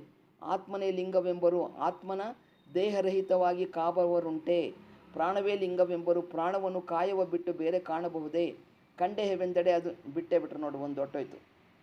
ಕಂಡೆಹೆವೆಂದಡೆ ಅದು ನಿರವಯ ನಿರಾಕಾರವಾದುದು, ಭಾವಕ್ಕೆ ಬಾರದು. ಭಾವಕ್ಕೆ ಬಾರದುದ ಪೂಜಿಸಬಹುದೇ. ಅದು ಕಾರಣ ಕಾಯದ ಕರಸ್ಥಳದಲ್ಲಿ ಕ್ರಿಯಾಲಿಂಗವಿಡಿದು ನೋಡಲು ಪ್ರಾಣ ಆತ್ಮನೆಂಬವು ಬೇರಿಲ್ಲ. ಇದು ಕಾರಣ ಇಷ್ಟವ ಬಿಟ್ಟು ಬಟ್ಟ ಬಯಲೆ ವಸ್ತುವೆಂಬ ಮಿಟ್ಟಿಯ ಬಂಡರ ನಮ್ಮ ಕೂಡಲ ಸಂಗನ ಶರಣನು ಮೆಚ್ಚರು. ಇಲ್ಲೆಷ್ಟು ವಿಸ್ತಾರ ಐತೆ, ಇಲ್ಲೆಷ್ಟು ವಿಸ್ತಾರ ಐತೆ ನೋಡ್ರಿ. ಯಾವುದು ನಮಗೆ ಸ್ಪಷ್ಟೀಕರಣ ಕೊಡ್ತೈತೆ? ಹೌದಲ್ವಾ? ಅಂದರೆ ವಚನಗಳನ್ನು ಓದೋದ್ರಲ್ಲಿರ್ಬೋದು, ಅಥವಾ ವಚನಗಳನ್ನು ಅರ್ಥೈಸ್ಕೊಳ್ಳೋದ್ರಿರ್ಬೋದು, ಎಷ್ಟೊಂದು ವಿಸ್ತಾರ ಆಗಿರತಕ್ಕಂಥದ್ದು, ಎಷ್ಟು ಸಂಕುಚಿತ ಮನೋಭಾವದಿಂದ ಅದನ್ನು ನೋಡಿದ್ರೆ ನಮಗೆ ತತ್ವ ಅರ್ಥ ಆಗಲಿಕ್ಕೆ ಸಾಧ್ಯನೇ ಇಲ್ಲ. ಹೌದಲ್ವಾ? ಅದಕ್ಕೆ ನಾನು ಕೇಳಿದ್ದು ಈ ಥರ ಇದೆ ಅಂತ ನಿನ್ನೆ ಪ್ರಶ್ನೆ ನಾನು ಮಾಡಿದ್ದೆ ನೋಡಿ. ಇವತ್ತೇನೋ ವಚನಗಳು ಕೊಡಿ ಅಂತ ಅಂದಿದ್ದೀವಿ, ಯಾವ ರೀತಿ ಕೊಡ್ತಾರೋ ಎಲ್ಲರೂ ಕೇಳ್ರಿ. ಚೆನ್ನಾಗಿದೆ ಅವ್ರು ಹೇಳ್ತಿರೋ ಅಂಥದ್ದು, ವಿಚಾರಗಳೆಲ್ಲ ತುಂಬ ಸ್ಪಷ್ಟ ಆಗಿದೆ. ಇನ್ನು ಒಂದು 1 ನಿಮಿಷ ಇದಾಯ್ತಲ್ವಾ? ಹೇಳ್ಬಿಟ್ಟೆ. ಸರಿ. 14ರಲ್ಲಿ ಇನ್ನು ನಾಳೆಗೆ ನನಗೊಂದು ಸ್ವಲ್ಪ ಅರ್ಧ ಗಂಟೆ ಆಗುತ್ತೋ. 13 15ರದ್ದು ಇದೆಯಪ್ಪ. 15ರಲ್ಲೂ ಒಂದು 6 ಇದೆ, ಇದರಲ್ಲೂ ಒಂದು 7-8 ವಚನ. ಇಲ್ಲ 14ನೇದು ಒಂದು 8 ವಚನ ಐತ್ರಿ. ಆದಮೇಲೆ 15ದು ಒಂದು 3-4 ವಚನ ಸಿಕ್ಕವು ನನಗೆ. ಆಯಿತಾ? ಅದೆಲ್ಲ ನಾಳೆಗೆ ಏನಾನ ಆಗಲಿ ದೌಡ್ ಮಾಡಿಬಿಡ್ತೇನೆ. ಇಷ್ಟು ನನಗೆ ಅವಕಾಶ ಕೊಟ್ಟು ಇದೆಲ್ಲ ಕೇಳಲಿಕ್ಕೆ, ನನಗೆ ಹೇಳಲಿಕ್ಕೆ ನೀವೆಲ್ಲರೂ ಒಂದು ಸಮಾಧಾನದಿಂದ ಕೇಳಿದ್ದು ಏನೋ ಒಂಥರ ಖುಷಿ ಆಯಿತು ನನಗಷ್ಟೇ. ಹೇಳ್ಬೇಕ್ರಿ, ಒಟ್ಟಾರೆ ಏನು ತಿಳ್ಕೊಂಬಿಡ್ತೀನಿ, ನಂಗೆ ಹೇಳ್ಬಿಡ್ಬೇಕು. ನನಗೆ ಇವು ತಲೆಗೆ ಏನಿರಲ್ಲ. ಇಲ್ದಿದ್ರೆ ಹೇಳಿಲ್ವಲ್ಲ ನಿಮ್ಗೆ ಅರ್ಥ ಆಗುತ್ತೋ ಬಿಡುತ್ತೋ ಗೊತ್ತಿಲ್ಲ, ಬಟ್ಟಲ್ಲಿ ನಾನು ಹೇಳ್ಬಿಡ್ಬೇಕು. ಅದು ಹೇಳಿದ್ರೆ ನಂಗೆ ಸಮಾಧಾನ ಆಗುತ್ತೆ. ಇಲ್ದಿದ್ರೆ ಕೊರಿತಿರ್ತೈತೆ. ರಾತ್ರಿ ನಿದ್ದೆ ಬರಲಿಲ್ಲ, ಯಾವಾಗ ಹೇಳೇನೋ ಅಂತ ಕಾಯ್ಕೊಂಡು ಕೂತಿದ್ದೆ ನಾನು.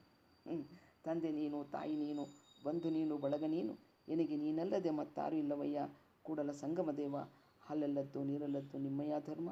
ಶರಣ ಸತಿ ಲಿಂಗಪತಿ ಹರ ಹರ ಮಹಾದೇವ ಬಸವ. ಸರ್ವರಿಗೂ ಭಕ್ತಿಯ ಶರಣು ಶರಣಾರ್ಥಿ. ಸರ್ವರಿಗೂ